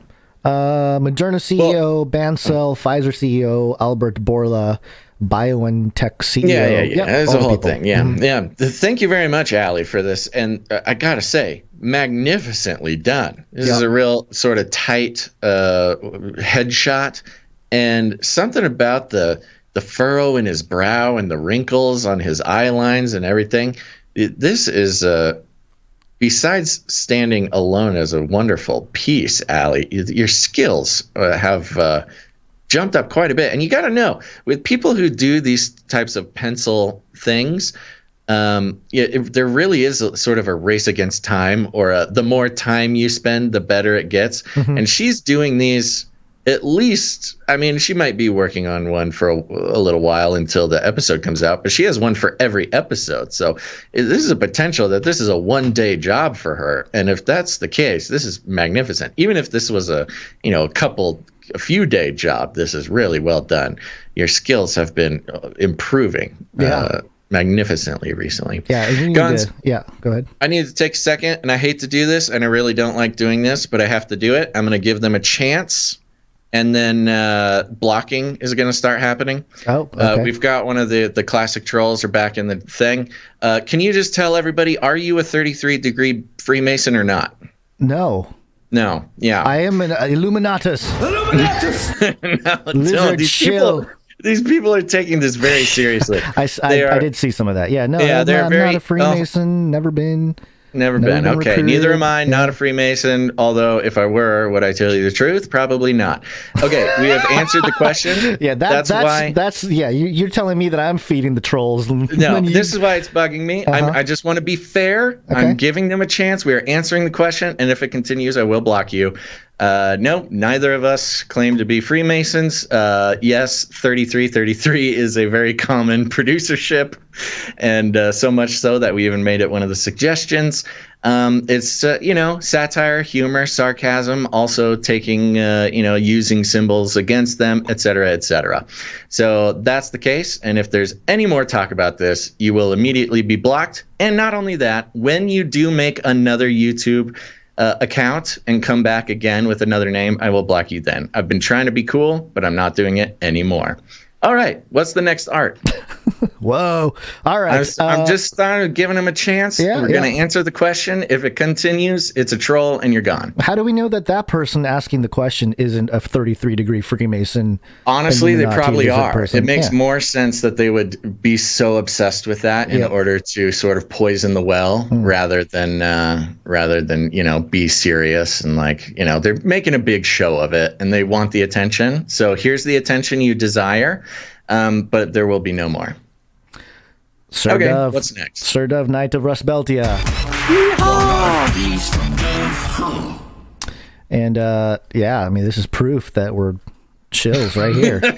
This is just, can't you tell we are Freemasons here? It's quite obvious, I would imagine, that only 33-degree Freemasons could get away with making fun of Jen Psaki like this. Yeah. This is a wonderful piece, Dove. What's the note say? Note says, had the idea for this one last week after Ali's Zuck barbecue drawing, where he proves his humanity and love of sauces.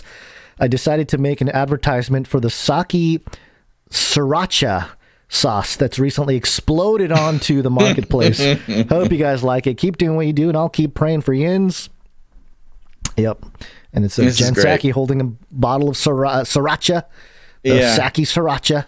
It's great. Hold on, let me pull it up because I got to get nice and close on this one. Oops, I was so distracted with my other issue I was dealing with.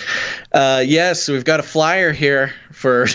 We've talked about humans love sauce, as we saw with Mark Zuckerberg and his barbecue sauce on the bookshelf. We've got this advertisement from the makers of Hillary's hot sauce and Zuck's BBQ, Psaki's Sriracha. Which I think is just delightful because sriracha is already spelled by an insane drunk kindergartner. And adding a P on it really just nails it. So thank you very much, Dub. Saki Sriracha. Add some spice to your human fuel. And we've got the sriracha rooster down in the bottom left-hand corner with big old googly eyes. And we've got the lizard person Saki holding up her favorite human sauce, wearing her golden derpy Baphomet around her neck there. And a nice little logo down in the bottom right. Humans love sauce with a robot head. Can you zoom in on that bottle, see if there's any fun little Easter eggs? I think it's just a logo that sriracha, hot chili sauce, humans love sauce. And it looks like love sauce. Some other language characters, maybe some kanji, some Chinese characters, I don't know. Or maybe just some designs well, there. like the sriracha sauce, they got that so it's stuff all natural with quotations.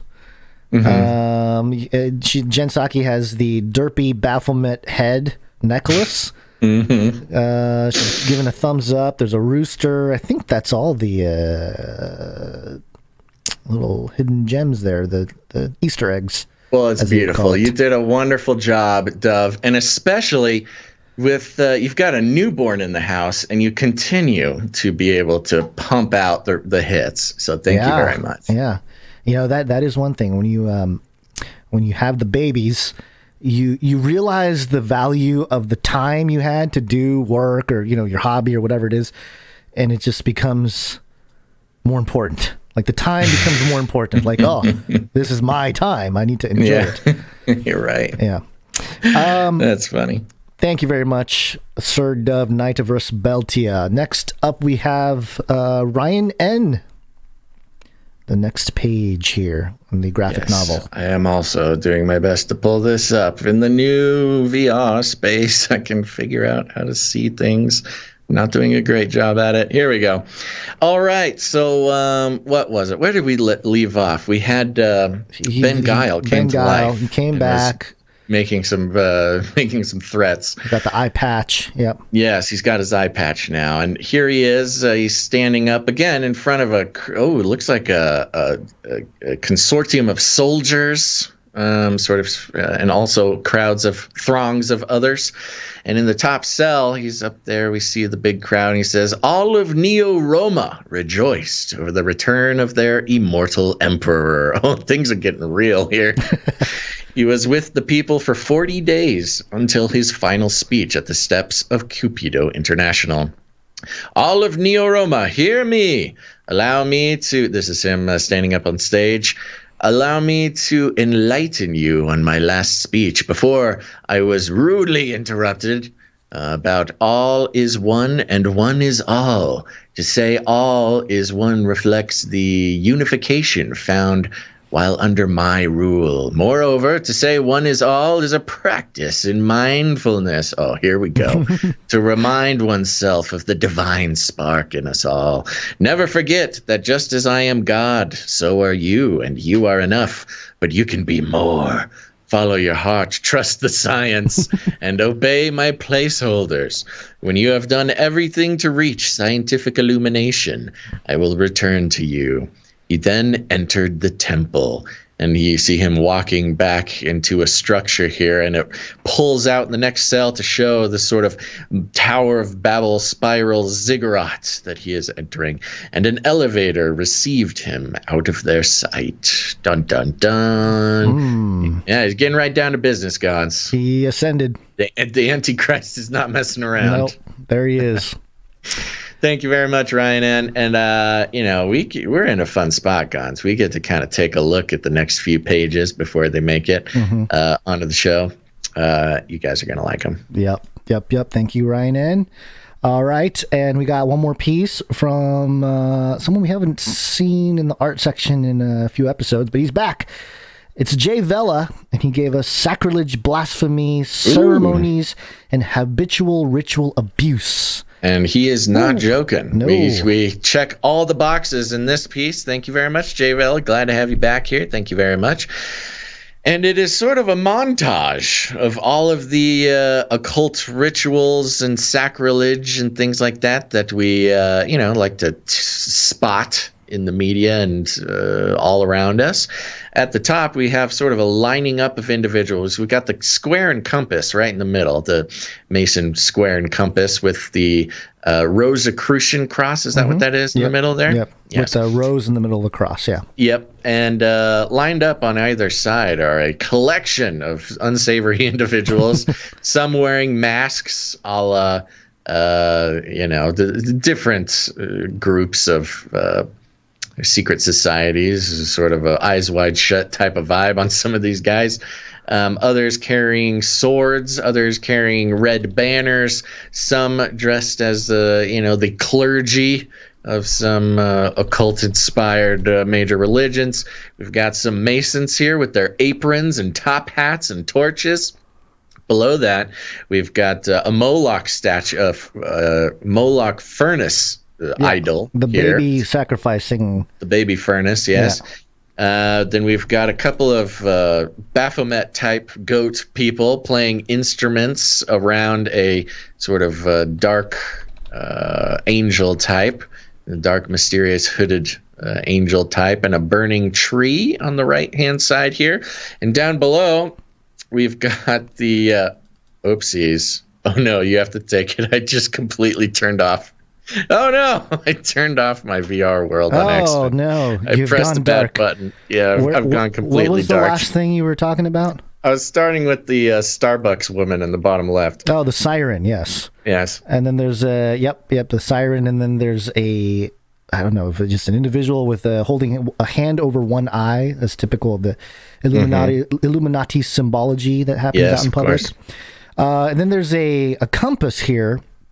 And there's the North, the King of the North, maybe, is that Watcher with the all-seeing eye. And then there's a king on each side. There's one for the West, one for the East. Looks like they're holding a goblet of some kind and over a flame with a spirit of what looks like an orange-haired female coming out of each flame there. And then on the far right is a no-faced looks like a Freemason doing one of the Freemasonic symbols with his hand under the coat. And the hidden hand. The hidden hand, yep. There's a what are those? I'm totally blanking on what they're called. The sand time things. Hourglass. Yes, hourglass. Wow. Yeah, brain fart moment. Yeah, one of those in the middle of the compass there. So yeah, all the nefarious actors. Yep. All the things to keep an eye out for. Yeah, definitely. So they really should not put an exit all metaverse button so confusingly next to other buttons on this VR thing. Oh no, it's an eject button. It is. It was like an emergency eject button. Yeah. I just pressed it thinking I was doing something else and completely shut down my entire world. Yeah. I'm having to reset it up from scratch here, so you got to keep going. Fun. Well, that's it for the art. So thank you very much to all of our artists. Appreciate it. And yep, you're drawing the culture of the show. That's right. Meetups. Canary Cry Meetup. Go to CanaryCry.Meetups.com. Find out if there's a meetup near you, and if there's not, go make one yourself. Choose a location, figure out a date and time, make a flyer, promote it right on our website here and the show, CanaryCry.Meetups.com. I believe there was a meetup over the weekend that Ciara led. I didn't see a report from it, but hopefully we'll hear something. But Ciara is also leading a meetup on December 4th at the Lincoln Memorial Shrine in Redlands, California. And then out in March of 2022, Washington and Canada meetup, Peace Arch National Park. So I'm seeing from Saul to Paul on YouTube. It says man shot in the okay, is he making a joke? Man shot in the head at Lincoln Memorial? I don't know. Hold on, let me pull something up. Yeah. Breaking news. Where's the Lincoln Memorial Park that the meetup is at? That's not at the actual Lincoln Memorial. I don't think so, because Washington and Canada State? I thought the Lincoln Memorial State. Yeah, it's in Washington, D.C. But there was... Okay, just checking. There was a detective asking neighbors what they saw after man shot in head. Man shot in head in McKees Rock. I don't know. It looks like something did happen, but I don't know that it was... yeah, it's fine. We'll look into it later. I don't think it's the same place. I was just checking. Okay. He put it out there. Okay, so. Yeah. So there you go. Contact Ciara if you want to join any of those meetups. November 27th, if you're in the EU, Mr. Jag at protonmail.com. There's a meetup at the Vienna Christmas Market, November 27th, coming up. So we're looking forward to hearing how the turnout is on that one. North Idaho. Yeah, if you can, Mr. Jag, take a little audio note. I'd love to hear the EU accents talking about the meetup. It'd be fun. Didn't think about that. Let's get an EU think outside the cage from the meetup there. Yeah. Very good. Yep, looking forward to that. And then we also have North Idaho, January 8th, 2022. It's part 2 out in North Idaho. There's a flyer here, a new one.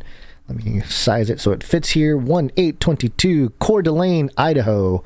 And it's the state of Idaho with some snowy... Oh, so we've got the next Coeur d'Alene meetup is scheduled. Yep. We That's great. mentioned it last episode, too. And then it's got... I tuned out. Sorry. And it's got the blue canary with a Christmas hat on. And yeah, it's January 8th, but it's going to be extended Christmas because you're right. It's got they're going to do the white elephant gift giving. Location yet to be determined. Flyer on the way. Oh, the flyer's on the way. And here it is. There's a flyer. So I guess location is still being determined, but got a little bit of time there for that one. And I think that's it for all of the active meetups happening right now. Again, just go to CanaryCry.Meetups.com, look for a meetup near you, or put one together.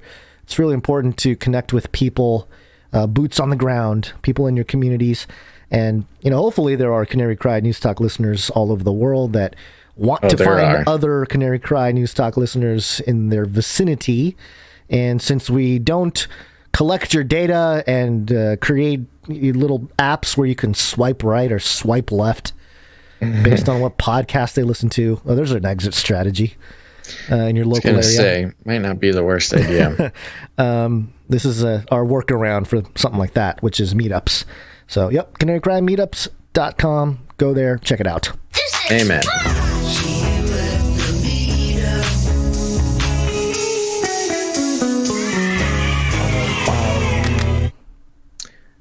I think that's just about it for the microfiction, break, except for the microfiction sent in from Runk Smash here. Another creative addition to the show. If you're following along, add this into the entry book.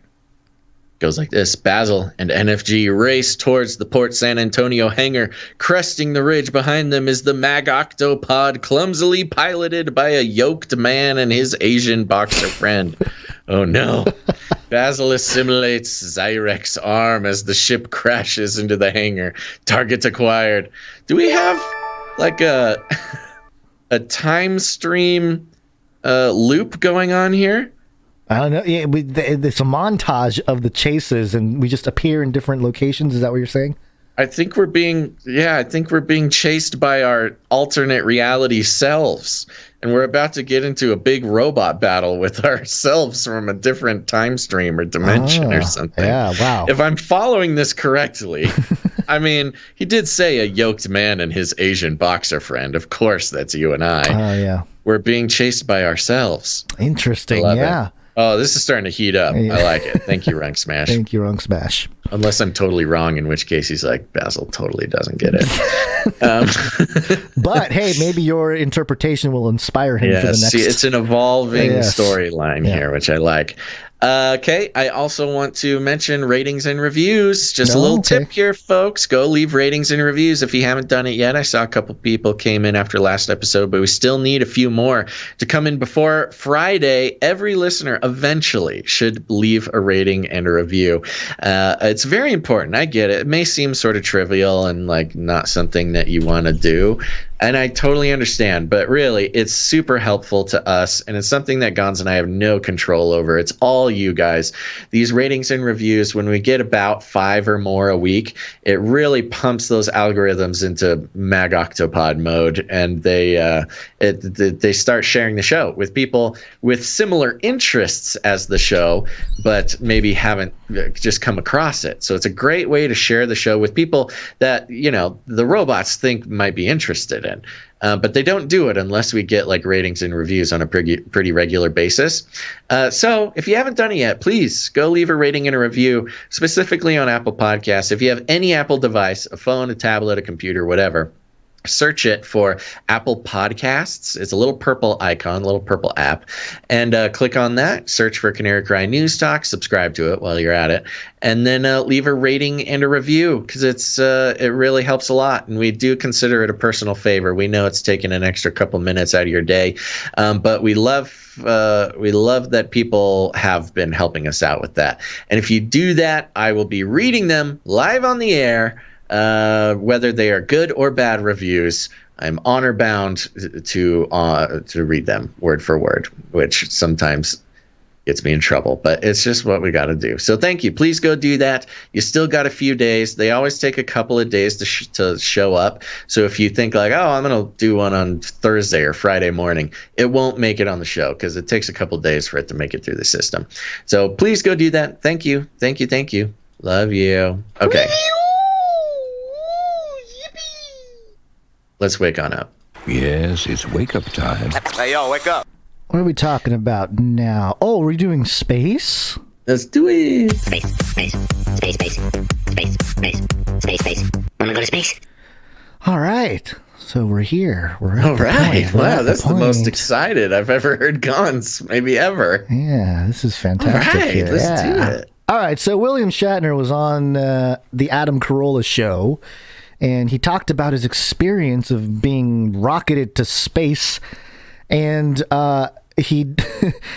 was a very interesting interview. If you want to listen to it, we do have the link in the show notes.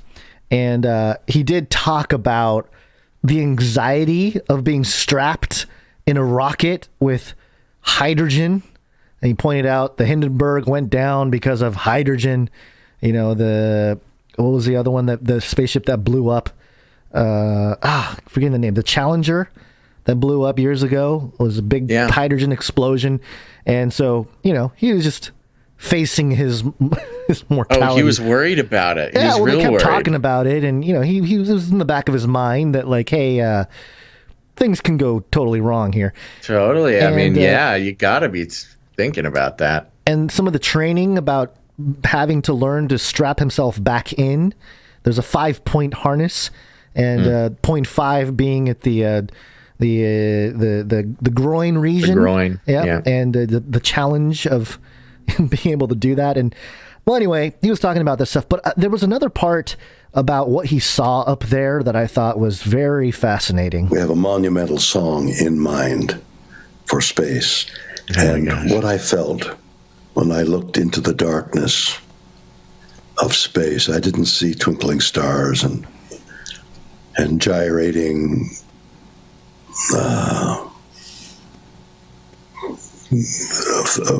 lights that twinkled, and I saw blackness.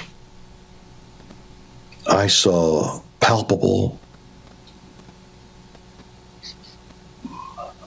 death, blackness.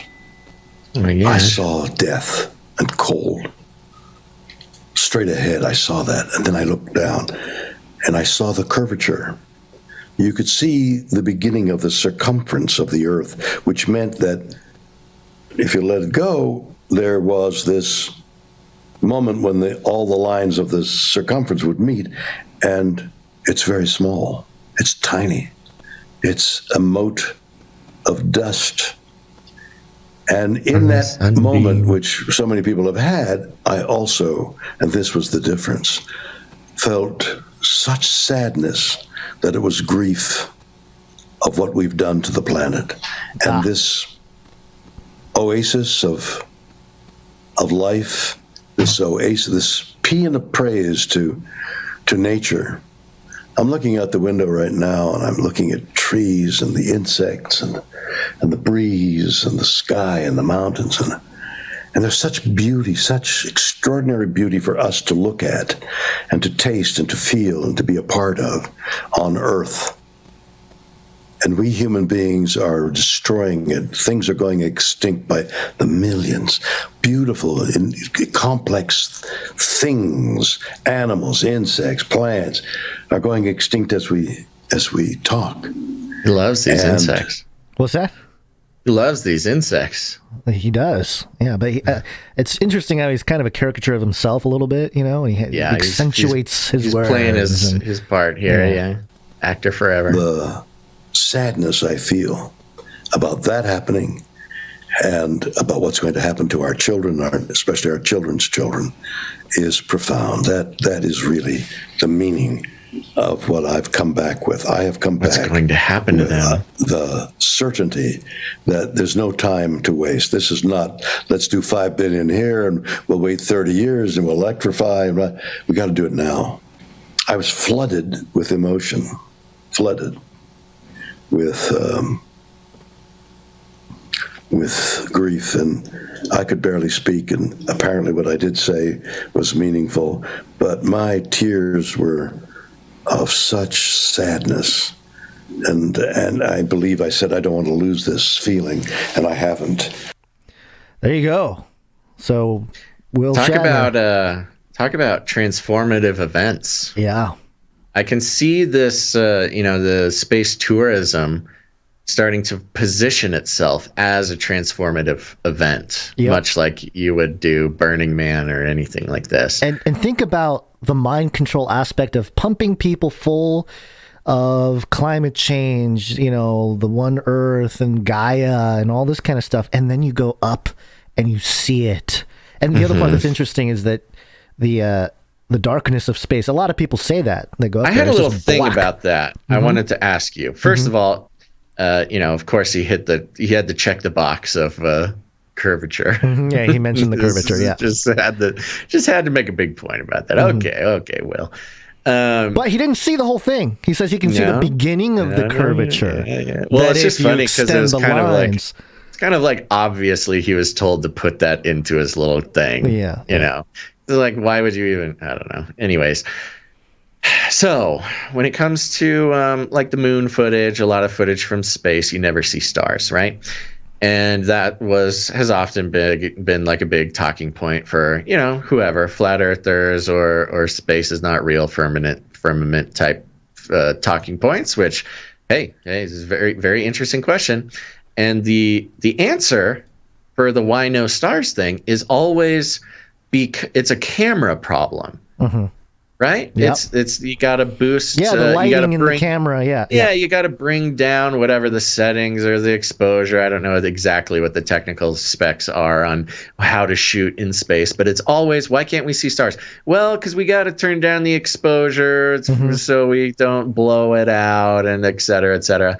Well, Billy, if you're not looking through a camera, why can't you see the stars? There's no explanation why you can't see stars with the naked eye in space.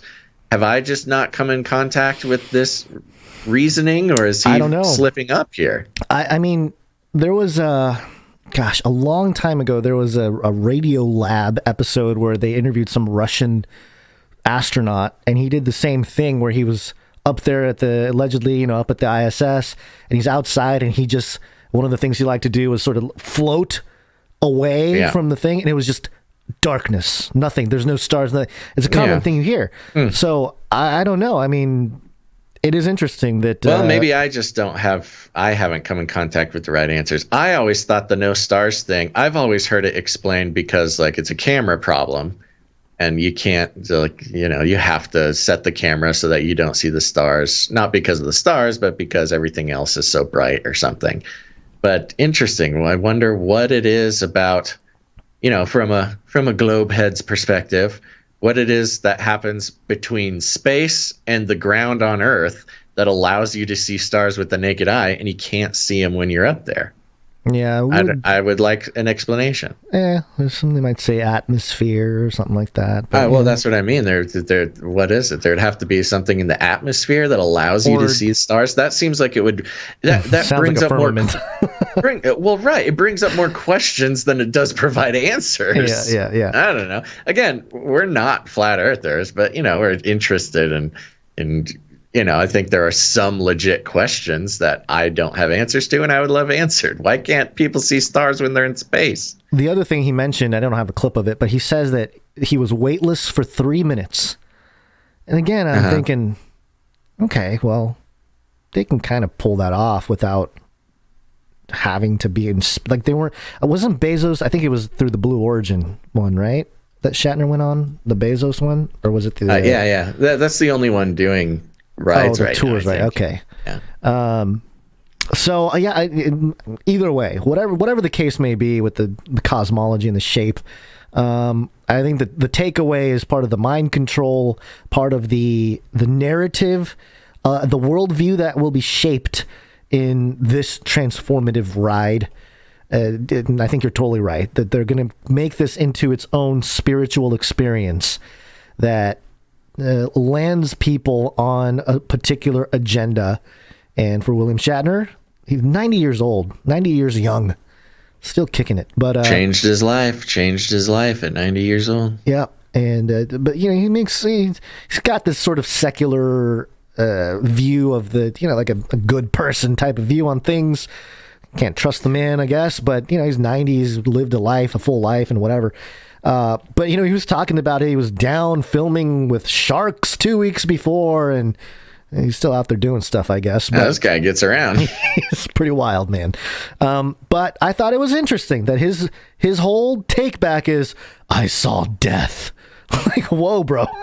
Well, wow. And this is an interesting thing. Going back to the transformative experiences, one of the biggest things about transformative experiences, one of the biggest sort of, I would say, clinical taxonomies of them, whether it's like psychedelic drugs, you get this, you get it with descriptions of Burning Man, you get it with descriptions of going to space, these really big transformative experiences. One of their biggest qualities is their ineffability, which is they cannot be easily described with words, and and every attempt to describe them comes off as some sort of sort of gross stereotype. If it's Burning Man, it's just like, oh, it's freedom, man. It's you can't explain it. If it's mushrooms, it's like, oh, right. I saw the universe, bro. Like whatever it is, they're all the words fail to describe them, and that's sort of what we're starting to see with these space trips. And I think with Shatner in particular, he's an actor. He's an artiste. Right. It can only be described in sort of poetic form. And that's what we're seeing here. If indeed this was real and he was there and this is something that can be done, it lines up perfectly with other transformative experiences that they can only be truly described in poetry. Same as like falling in love. This is a sort of famous thing about that. No matter how many words you put to it, it doesn't quite describe it. But so only poetry can speak is the language of these transformative experiences. And so in the context of making this space tourism more than just like a rich person thing to show off or whatever, because it's getting a lot of pushback, Bezos, billionaire, go to space, how lame, oh my gosh, whatever, there's like a lot of criticism towards space tourism. But if it's framed and presented as like a Burning Man, psychedelics, it changes you, man, then you can get a little bit more leeway from the peons, I think. Yeah. Well, there's always rumors and conspiracies surrounding characters like William Shatner, and for years there's been, did he sell his soul to the devil? Is he a Freemason? There's all kinds of stuff out there. And if you're a privileged select elite who gets to be on a giant rocket and go to as far as a common man has gone away from the ground, hey man, the only way to describe it is death. And get with the climate change program now. Yeah. Well, Obama says. And I want to move on, but it is interesting too that he brought up like the death thing, because that's a big thing with the entheogen conversation, is that you experience death, whether it's the ego death or you literally believe that you are dead for a second or whatever, this death idea. And it gets all wrapped up in the, sacred mushroom and the cross, trying to a little bit of psychedelic replacement theology where, you experience your own death and resurrection type of stuff. Especially ayahuasca, you start vomiting black. It's all stuff, in there. And it's all part of the same. Yep. Okay. Okay, cool. Thank you for bringing that. That's very interesting. And thanks, Billy, for your beautiful words.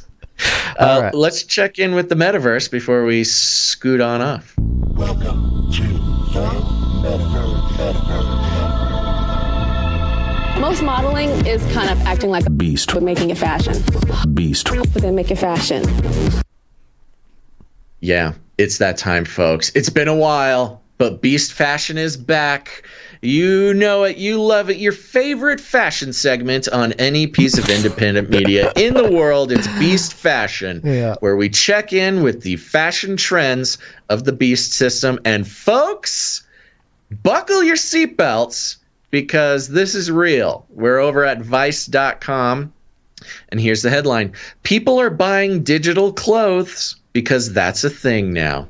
You might think, folks, that you know what this means, but just hold off a second, because it reads like this. The latest in fashion is not made with threads and textiles, but with pixels and programs.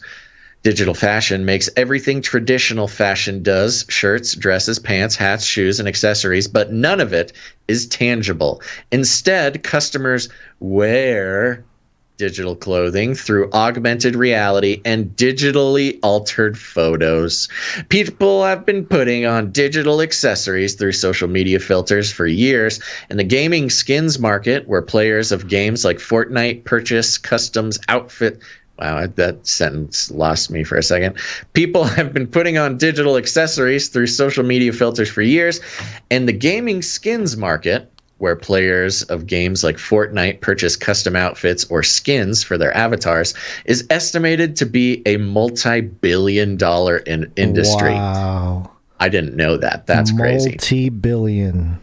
Gonz, we have to become beast fashion designers. We're the next fashion designers. We just got to learn how to program some cool pants and then sell them. Then there's Facebook's recent announcement about its plans for a metaverse. Though it sounds strange and futuristic, I hate how Facebook is getting all the credit for this metaverse thing. I know. Though it sounds strange and futuristic, the merging of the digital and the physical is happening right now. Now, designers are creating more reality-bending digital fashion pieces for people to don as ways to express themselves and push creative boundaries. Digital fashion, one might say, is getting a little more real. Danush Shetty, a 22-year-old product designer. 2022. She's a baby. Oh, yeah, and it's almost 2022. A 22-year-old product manager based in San Francisco said buying digital fashion was strange at first, but it was easier, cheaper, and felt more ethical than buying new real clothes. Ethical, Gonzo. Ethical. Why does it feel more ethical? Usually when you buy clothes, you have to consider the fit, how it would look in pictures, and sometimes how ethical the purchase is. I don't need to worry about being too big for digital fashion or whether it was made in a sweatshop. There you go.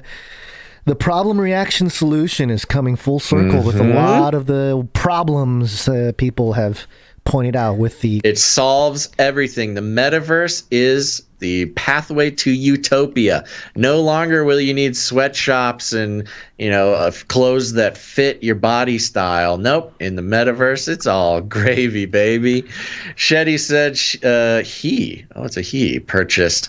I have no idea why I thought otherwise, but Shetty said he purchased his first few digital fashion pieces on DressX, a company that has launched in August 2020 and now sells their own designs as well as collaborations with various digital designers. No coincidence, I think, Gonz, that this digital augmented reality fashion company came out in the midst of the pandemic during the Great Reset. Oh, very convenient time. Yes, perfect timing. Yeah. DressX customers can try the digital clothes through augmented reality. If they decide to purchase, they upload a photo of themselves to the website or app, then in 1 to 2 days, receive the photo with their digital fashion piece professionally edited onto their bodies, ready for posting on social media. Quote, Our goal is to give every person their digital closet, said DressX, a co-founder, Natalia Modanova. She and co-founder Daria Shapovalova, oh my gosh. Natalia Modanova and Daria Shapovalova that sounds like a delicious dessert. Are based in Los Angeles and previously worked in the fashion industry where they saw a number of problems they wanted to solve. The fashion industry is in a state of environmental and social emergency, according to the United Nations Economic Commission for Europe. Oh, the UN is telling the fashion industry that they are in a state always them emergency. Under the UN decides the emergency. Yeah. The commission estimates that 20% of global wastewater is produced by the fashion industry, which also emits 10% of global carbon emissions. The textile industry has been identified as a major contributor to plastic waste in the ocean, and fast fashion is notorious for its dangerous working conditions. Clothing and cows, Gonz. It's clothing and cows are the things destroying the earth, if you believe these numbers. Digital only fashion houses. This is a cold read, folks. Sorry. Digital only fashion houses will still have to reckon with other energy intensive processes in the digital world, like the creation of NFTs. But Modanova and Shapovalova said they found solutions to many of the industry's problems in digital fashion, which lets people wear, in quotes, new and exciting clothes as often as they want to without the clothing having to be physically produced. Notice how it's being framed. It's not being framed as fake. It's not being framed as imaginary clothes. It's being framed as real, just as real. as any other clothing. It just doesn't need to be physically produced. Very careful language here. Well, it's the shift in perspective we've been talking about with the whole metaverse. It's the metaverse shift. Shapovalova predicts that in the future, everybody will have digital clothing, quote, which you can wear on social media, on still images, on video calls, online conferences, and soon in gaming and other multiverses. Another advantage of digital fashion, Shapovalova said, is that it allows more designers to launch their careers without the big cost of physical production. Exactly what happened to 3D artist Stephanie Fung. And it kind of goes on and on and on for a while. It's Vice. But it also goes into augmented reality, where you can wear AR. And for those who need reminding, AR is not virtual reality necessarily, where you are entirely sort of represented by an avatar. Yeah. But you have something like a Google Glass or like a pair of glasses that overlays a digital world on the real world. Digital layer over the physical world. Exactly. Or in the words of Mark Zuckerberg, another aspect of reality, another layer of reality. Mark Zuckerberg talked about augmented reality a bit. If you remember his metaverse pitch, that was the snake orb portal eyeball art piece. Eyeball, that was AR, where you can visit it in real life, but it comes alive when you look at it in AR. The big thing that happened a few years ago that brought AR to the forefront was the Pokemon hunting game, where you can grab your phone. Pokemon Go, where you have your phone, and in your surroundings, you're just looking through your phone, you'll find little Pokemon that you can catch in the virtual layer of reality. And there was the BuzzFeed Ghosts during earlier in October, where you use AR in your phone and it'll show you where the ghosts are in your home. And now this is being done in AR, where literally, you can imagine a world, Gonz, when we've shifted. You live in the metaverse, you do most of your stuff in the metaverse, but when you need to get in the car and go someplace or go to if your groceries aren't being delivered by drones already, you need to go out of the house for one reason or another. Lord knows why. Why would you even need to leave? But if you do, you put on your glasses and you get your AR experience, which shows, the ratings on restaurants. You can just look at a sign. You can see the menu and all this sort of stuff. But also, you can see everybody's cool AR fashion. And you're walking down the streets with your AR goggles and you're seeing some beautiful fashion on the people around you. And literally, just like the movie They Live, you pull down your glasses and these people are not wearing any clothes at all. They're just the Emperor's, new clothes style, walking around naked, relying on the augmented reality to clothe them in their vestments. Or maybe not maybe they're not nude, but they're wearing some sort of lycra bodysuit with ping pong balls all over it, like motion capture when, Gollum in Lord of the Rings, Andy Serkis style. But it's a very interesting view into the future. And again, folks, we get it. It sounds crazy, and so did the metaverse when we were talking about it for years, and yet here we are. And I think this augmented reality fashion stuff is just an incredible disaster and development. And again, being framed as this thing where it's going to save the world. It's going to help climate change. You're going to own nothing, but you'll own digital clothes. Exactly. We'll help you with your digital closet. Wearing physical clothes will be an ethical failure. You will be a pariah for wearing physical fashion because you're actively killing the earth. Didn't you listen to William Shatner describe his experience going into space? You can't wear clothes on your real body. He went to the edge of the simulation. He saw the firmament. It was death for him. And one of the things that this reminds me of, do you remember when we first started having in-ear earpieces that you can talk on the phone, and it was a common Jawbone. Jawbone, the little Bluetooth little earpiece, and the common thing was seeing somebody talking and being like, "Who is he talking? What is he talking? Oh, he's got one of those ear things talking." Yeah. Think of that multiplied by, I don't know, whatever. Now everybody does it. Everybody's. You walk into a store, you go in the DMV, every single person is wearing their headphones and in their own little world. Well, and at a real objective level, it's like, oh, you're if you're looking at it from the outside, it's like, oh, you're crazy. You're talking to someone, a voice in your head, which is literally what you have with the earpieces. But multiply that concept with this AR. If everybody has access to the AR, then truly everyone's going to be in the you take off the glasses, they live type of way. People are going to be walking around either naked or wearing I think there'll be a government issued lycra bodysuit. Like a gray, bland, environmentally sound suit that you have to wear. Exactly. It'll be made of bamboo polyethylene or something. Right. And again,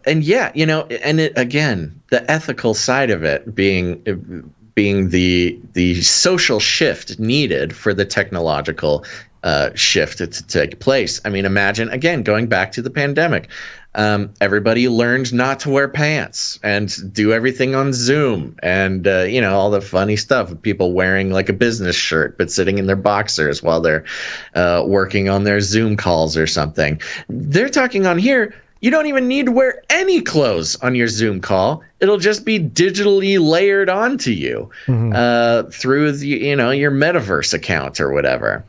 And the fact that it's all wrapped up in NFTs and everything like that just connects the dots that any skeptic would. You just can't be a skeptic about it. You're just being obstinate if you're skeptical about this stuff becoming a reality in the very near future. For some reason, I just thought of this. The Met Gala recently. Didn't the Kardashians come out in like full black covered? Kim Kardashian. Yeah, she was like in basically a lycra bodysuit with a trail. Yeah. I wonder if that's a ahead of its time play to where it's basically make nothing fashionable. Yeah, or like the kind of the blueprint of how you walk around and then let the AR be your statement. It's like blank canvas kind of thing. You make a great point. I would put that in the red book. That's a thing. I think we can put it for both of us. I would even say next Met Gala. Maybe the one I'm willing to call this for next year. Okay. Next year's Met Gala. I mean, again, I could stipulate and say within 3 years, but I'll put it out there. I'm saying next Met Gala, augmented reality fashion will be the headline. Everybody's going to be walking around with No, I think it'll be one person. Oh, baby's here. Yep, baby's here. Hi, baby. Hi. I think it'll be one person. At least one. It'll be like Kim Kardashian or Lil Nas X or something. Right. They'll show up. Their outfit will be fairly plain, but still sort of fashionably plain. But then the whole thing will be like Lil Nas X wore a bamboo lycra bodysuit, but hold up your phone now and it will show his augmented reality fashion. Oh, what a trendsetter! Right. Okay. That's gonna happen. Calling it next year. Okay. Let me put this in here. Hard to do with. Baby, you've got we've added an extra layer of reality to your experience here. This is the other layer of reality shaking the mic. I mean, Kim Kardashian, that was basically her Met Gala thing. It's very plain, tight-fitting, don't shake nothing outfit. They could have done it this year, where a little chyron and the announcer says, "Now hold up your phone." And, oh no, this is a setup to show how ahead of her time she was. Totally. They're going to come back to this, and they're going to have the Kim Kardashian Met Gala, virtual AR thing, which she was really wearing at the Met Gala. It's going in the book, folks. Okay. Called him before. I'm pretty confident about this one. Okay. AR reveal. Okay. All right. Well, we got it in there. Okay. Couple more stories, and then we're going to get out of here. Yeah. Take us out. And, yes. Tell him that I'm sick. Oh, yeah. 4-year-old not feeling too great. So if we can pray for her. She's got a little cough. So did she just ask that we pray for her? No, she just said that she wanted me to tell everybody she's sick. Oh, that's so not cute. Not that sick, but little cough. You know, it was Halloween, and I went and visited some friends, and they have an adorable little 5-year-old. Mm-hmm. And I walked in, and it says, "Uncle Basil," and she ran up, and I bent down to give her a hug, and just was met with a sneeze right in the face. All over. Big old sneeze right in the face. That's right. And yes, I have a little sore throat now because of the beauties of childhood. That'll do it. Yep. This is WindowsCentral.com. You okay? And the headline, Microsoft president. Spray-ducer. Okay, I'm sorry. I'm sorry. We got a little rascal in the chat. Tower says spray-ducer. Yeah, super spray-ducer. Microsoft president warns that the metaverse is not like dying and going to heaven. Thanks, Microsoft president. Thanks, Microsoft. President Brad Smith. What in the world? President Brad Smith of Microsoft pumped the brakes on the metaverse hype. While he thinks the technology will be important in the future, he tempered expectations for it. He also explained the importance of privacy and digital safety within it. Oh, Microsoft with the digital privacy conversation, leading the charge, trying to win back hearts and minds. I love it. It's not like dying and going to heaven. No. Bro, nobody said it was. What a weird thing to say. Here's a quote from him. "I think the metaverse will be very big and quite important," said Smith. "We have to ensure that it protects privacy, digital safety, and protects against disinformation and manipulation. We have a lot to clean up." Oh, thanks for cleaning all that up for us. Thanks, Brad Microsoft. Smith, Microsoft. So anyway, it's kind of an interesting story. And just the straw man. Who is saying that this is going to be that? I don't know. Yeah. Well, it's funny because it's obvious, he's trying to there's a little bit of corporate back and forth with Zuckerberg. Mm-hmm. He's probably watched the Zuckerberg thing and said, "Stupid Zuckerberg, my metaverse is going to be better than his metaverse. We're going to niche down our metaverse." It's interesting how that's already happening, the niching of companies posturing for the metaverse, which is, I was thinking about it too. And you had mentioned how we talked about the metaverse, maybe not call it the metaverse, but I've been talking about the digital melding of physical reality for years and years. And, excuse me. And, now I lost my train of thought. Yeah, I think we got it though. Yeah. We got you. Yeah, the point being that, in one fell swoop, the conversation of the metaverse reaches billions of people with the Facebook news. Immediately, just out of the blue. So pretty wild. One last story here concerning the metaverse.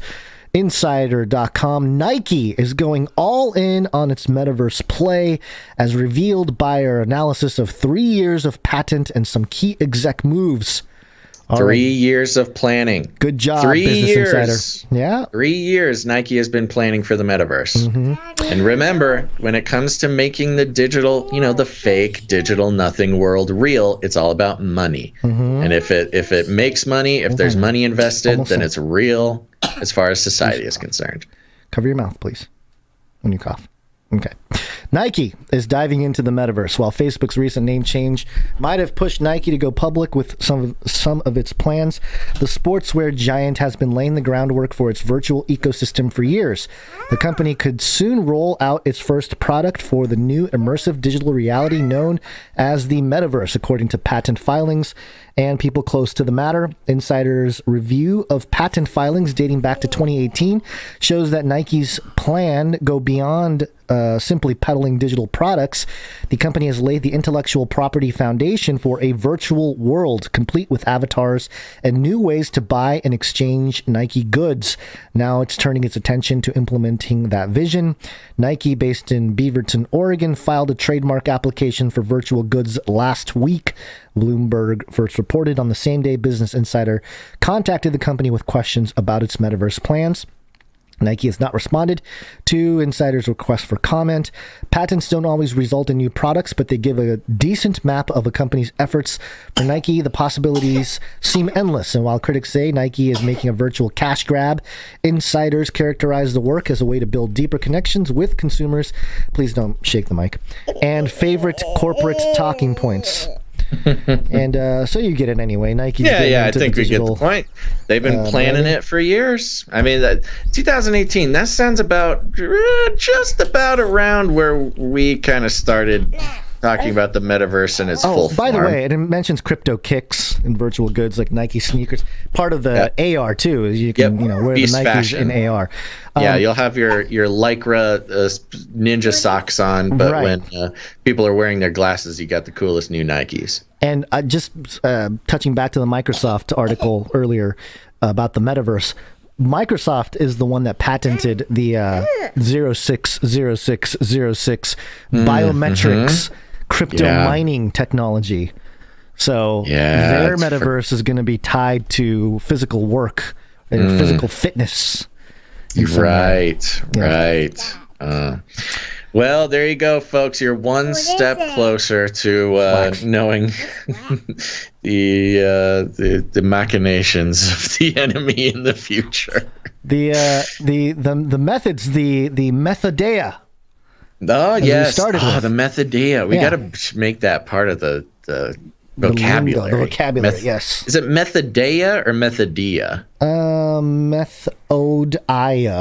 Methodeia? Yeah. Methodeia. Methodeia. Yeah. Okay. Well, there you go, folks. We will be back on Wednesday, the 10th of November. That's just a couple days. Excuse me. I had a little. Okay, good. It was at least it was a mute button. I thought I thought the baby had pushed the button. I tried to catch a little sniffle, but it was a little bit of a hard cut there. Yes, we'll be back on Wednesday. So thanks for tuning into this episode of Canary Cry News Doc. We'll be back on the 10th. And we'll need some producers for that show. So if you've been listening to the show for 1 episode or 10 episodes or 100 or 408 at this point, whatever the case may be, think about becoming a producer. It feels good, and it'll connect you with the metaverse of other producers, because it really is a team effort keeping this show going, and you guys are an integral part of it. We appreciate your guys' ongoing producership. Meanwhile, I do want to thank the producers of this episode of Canary Cry News Talk, episode 408, starting with our executive producer, Marty B. Thank you very much, buddy. Our associate executive producer and esports athlete, Aaron J. Thank you very much, Aaron J.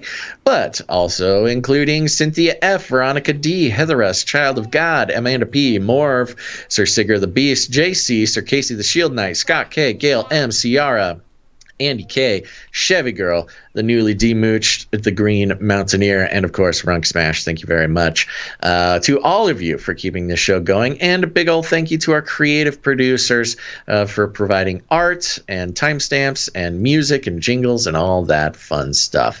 If you want to become a producer for next show, go ahead and head on over to patreon.com/CCNT, patreon.com/CCNT, or even better, head on over to CanaryCry.Radio.com/support. CanaryCry.Radio.com/support. That's right, CanaryCry.Radio.com/support. Where your support, your producership is the only way that we can continue doing this. It really is a team effort, and the team, they span this world, this realm that we call Earth, and we thank all of our people who make it happen.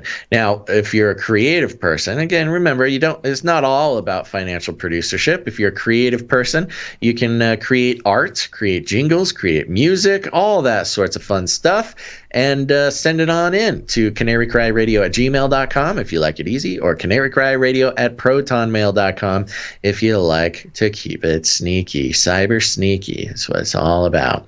We would love to feature that stuff on the show. We've had some great producers. I want to say thank you to the producers who have sent us a few emails, who can't produce or just want to produce in a very specific way regarding their skills.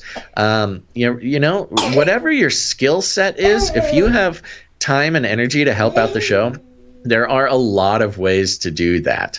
I can't list them all here. It's just whatever your skills are, if you're willing to, make them available to the community. We got lots of projects that could use, producers to make them happen. If you sent us an email recently and we haven't gotten back to you, we see you and we promise we'll get back to you. You know who you are. Thank you very much. Other than that, let's see. You can help out the show by sharing it. Share it with your friends. Share it with your family. Share it on your social media. I saw some comments earlier. I made a little call in the pre-show to share the link while we're live here. Some people saying, we don't have a lot of followers, and my followers are all dead. Stuff like that. Share it anyways. Even if you don't have a lot of followers, honestly, the link being out there on people's feeds and stuff also goes a long way to activating those algorithms. And it's unfortunate that we have to live in this algorithmized world, but while we're at it and we're all on the same team, we might as well take advantage of it and use those algorithms to our benefit. So even if you're not a huge Twitter person, or you don't really have a lot of friends on Facebook, post the links anyways, because it's the robots see it and they act on it. So thank you very much. That's a great way to do it. But there's other ways to share the show. It doesn't have to be on the social media or whatever. You could get a little bit more creative with it. For instance, you could go ahead and jack on into the multiverse there, set up your little avatar, and start discovering the different ways that you can express yourself. And while you're at it, get off the multiverse. Get out of there. Get into the real world. Get some AR skills. Create some beast fashion. That's right. You think these San Francisco fashion designers deserve all the digital clothing credit? No. We need to take over this system where, you got all these people in Lycra bodysuits walking around just waiting for the AR overlays to make them beautiful again. Go on in there. Become a fashion designer, augmented reality fashion designer. Create some good pieces. We gave you all the good ideas. You can make a big bird suit. A big bird. Just a big old bird, folks. Make a big old bird that people can put on their AR bodies walking around. And everybody's like, why is everybody using a big old buff canary with a tank top that says Canary Swole Radio? In fact, why don't you hack the system and just make sure everybody is represented in their avatars in the metaverse or in the real augmented reality world? Suddenly, everybody's turned into a big old yellow buff canary with googly eyes and a gym tank top on that says Canary Swole Radio. Do I smell our first NFT project? I think we found our first NFT, folks. Oh, yeah, if there's any NFT programmers out there, get at us. But that'll be a great way to share the show, because suddenly it'll make the news. I mean, global news. Suddenly, entire nations' AR fashion has been replaced by googly-eyed crazy canary man talking about FLIPPY, some sort of robotic arm that is here to take over the world. That would be an excellent way to get the word out about the show. But you don't have to do it that way. There's all sorts of other ways to do it. You can be creative. You'll figure it out yourself. I believe in you. But the long and short of it is, we like to call it rattling cages. And if you need any more instructions, here's what you do. You just walk right up to him, you grab him by the cage, and then you shake it. The end of the world occurred pretty much as we had predicted. I want to shake things up, stir up some controversy, rattle a few cages. Hey, stop that! You'll never silence me. I'm the last angry man, a crusader for the little guy. Leave the bird alone. Never. Rattle a few cages. Rattle a few cages. The human race will have every opportunity to improve.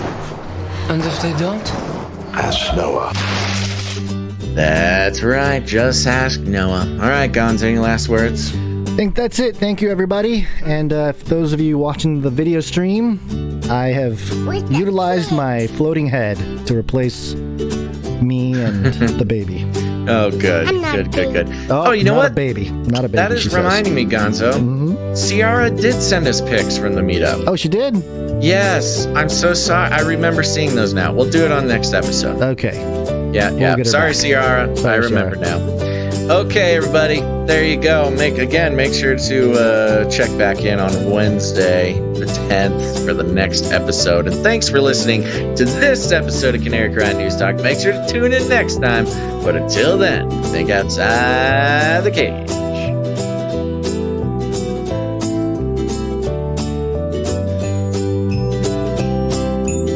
Give me a break.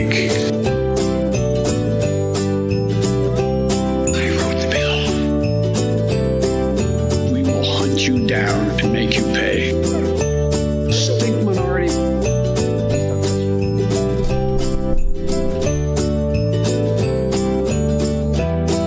I do it with everyone.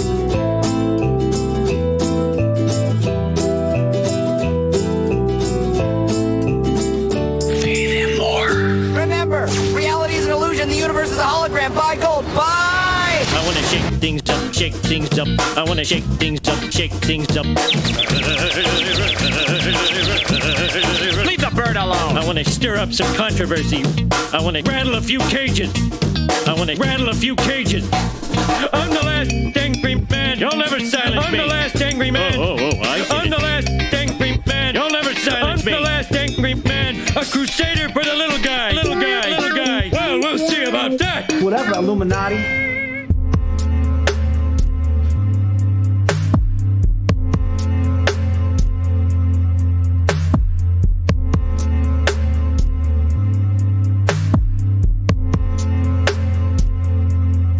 I waited patiently for the Lord. He inclined to me and heard my cry. He drew me up from the pit of destruction, out of the miry bog, and set my feet upon a rock, making my steps secure. He put a new song in my mouth, a song of praise to our God. Many will see and fear, and put their trust in the Lord. Blessed is the man who makes the Lord his trust, who does not turn to the proud, to those who go astray after a lie. You have multiplied, O Lord my God, your wondrous deeds and your thoughts toward us, none can compare with you. I will proclaim and tell of them, yet they are more than can be told. In sacrifice and offering you have not delighted, but you have given me an open ear. Burnt offering and sin offering you have not required. Then I said, Behold, I have come. In the scroll of the book it is written of me, I delight to do your will, O my God, your law is within my heart. I have told the glad news of deliverance in the great congregation. Behold, I have not restrained my lips, as you know, O Lord. I have not hidden your deliverance within my heart. I have spoken of your faithfulness and your salvation. I have not concealed your steadfast love and your faithfulness from the great congregation. As for you, O Lord, you will not restrain your mercy from me. Your steadfast love and your faithfulness will ever preserve me. For evils have encompassed me beyond number. My iniquities have overtaken me, and I cannot see. They are more than the hairs of my head. My heart fails me. Be pleased, O Lord, to deliver me. O Lord, make haste to help me. Let those be put to shame and disappointed altogether who seek to snatch away my life. Let those be turned back and brought to dishonor who delight in my hurt. Let those be appalled because of their shame who say to me, Aha, aha. But may all who seek you rejoice and be glad in you. May those who love your salvation say continually, Great is the Lord. As for me, I am poor and needy, but the Lord takes thought for me. You are my help and my deliverer. Do not delay, O my God.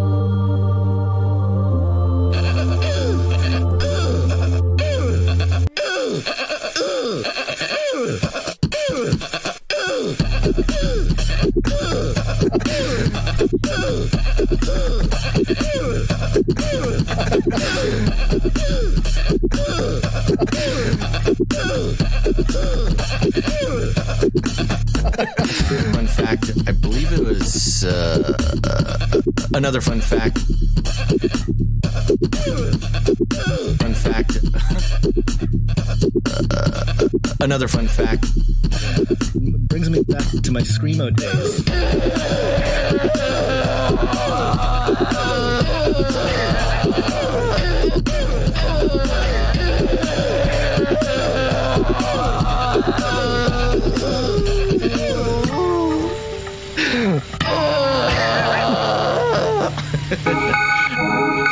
In the future, humans will be confined in a people's zoo. I'll keep you safe and warm in my people's zoo. We're all gonna die. I'll keep you safe and warm now in my people's zoo. You, yeah, you in my people's zoo. I'll keep the cameras on.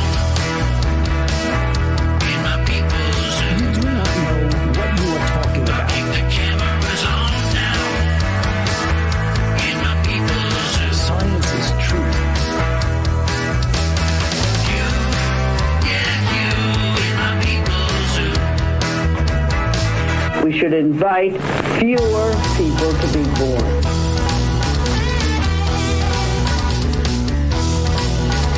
You can't handle the truth.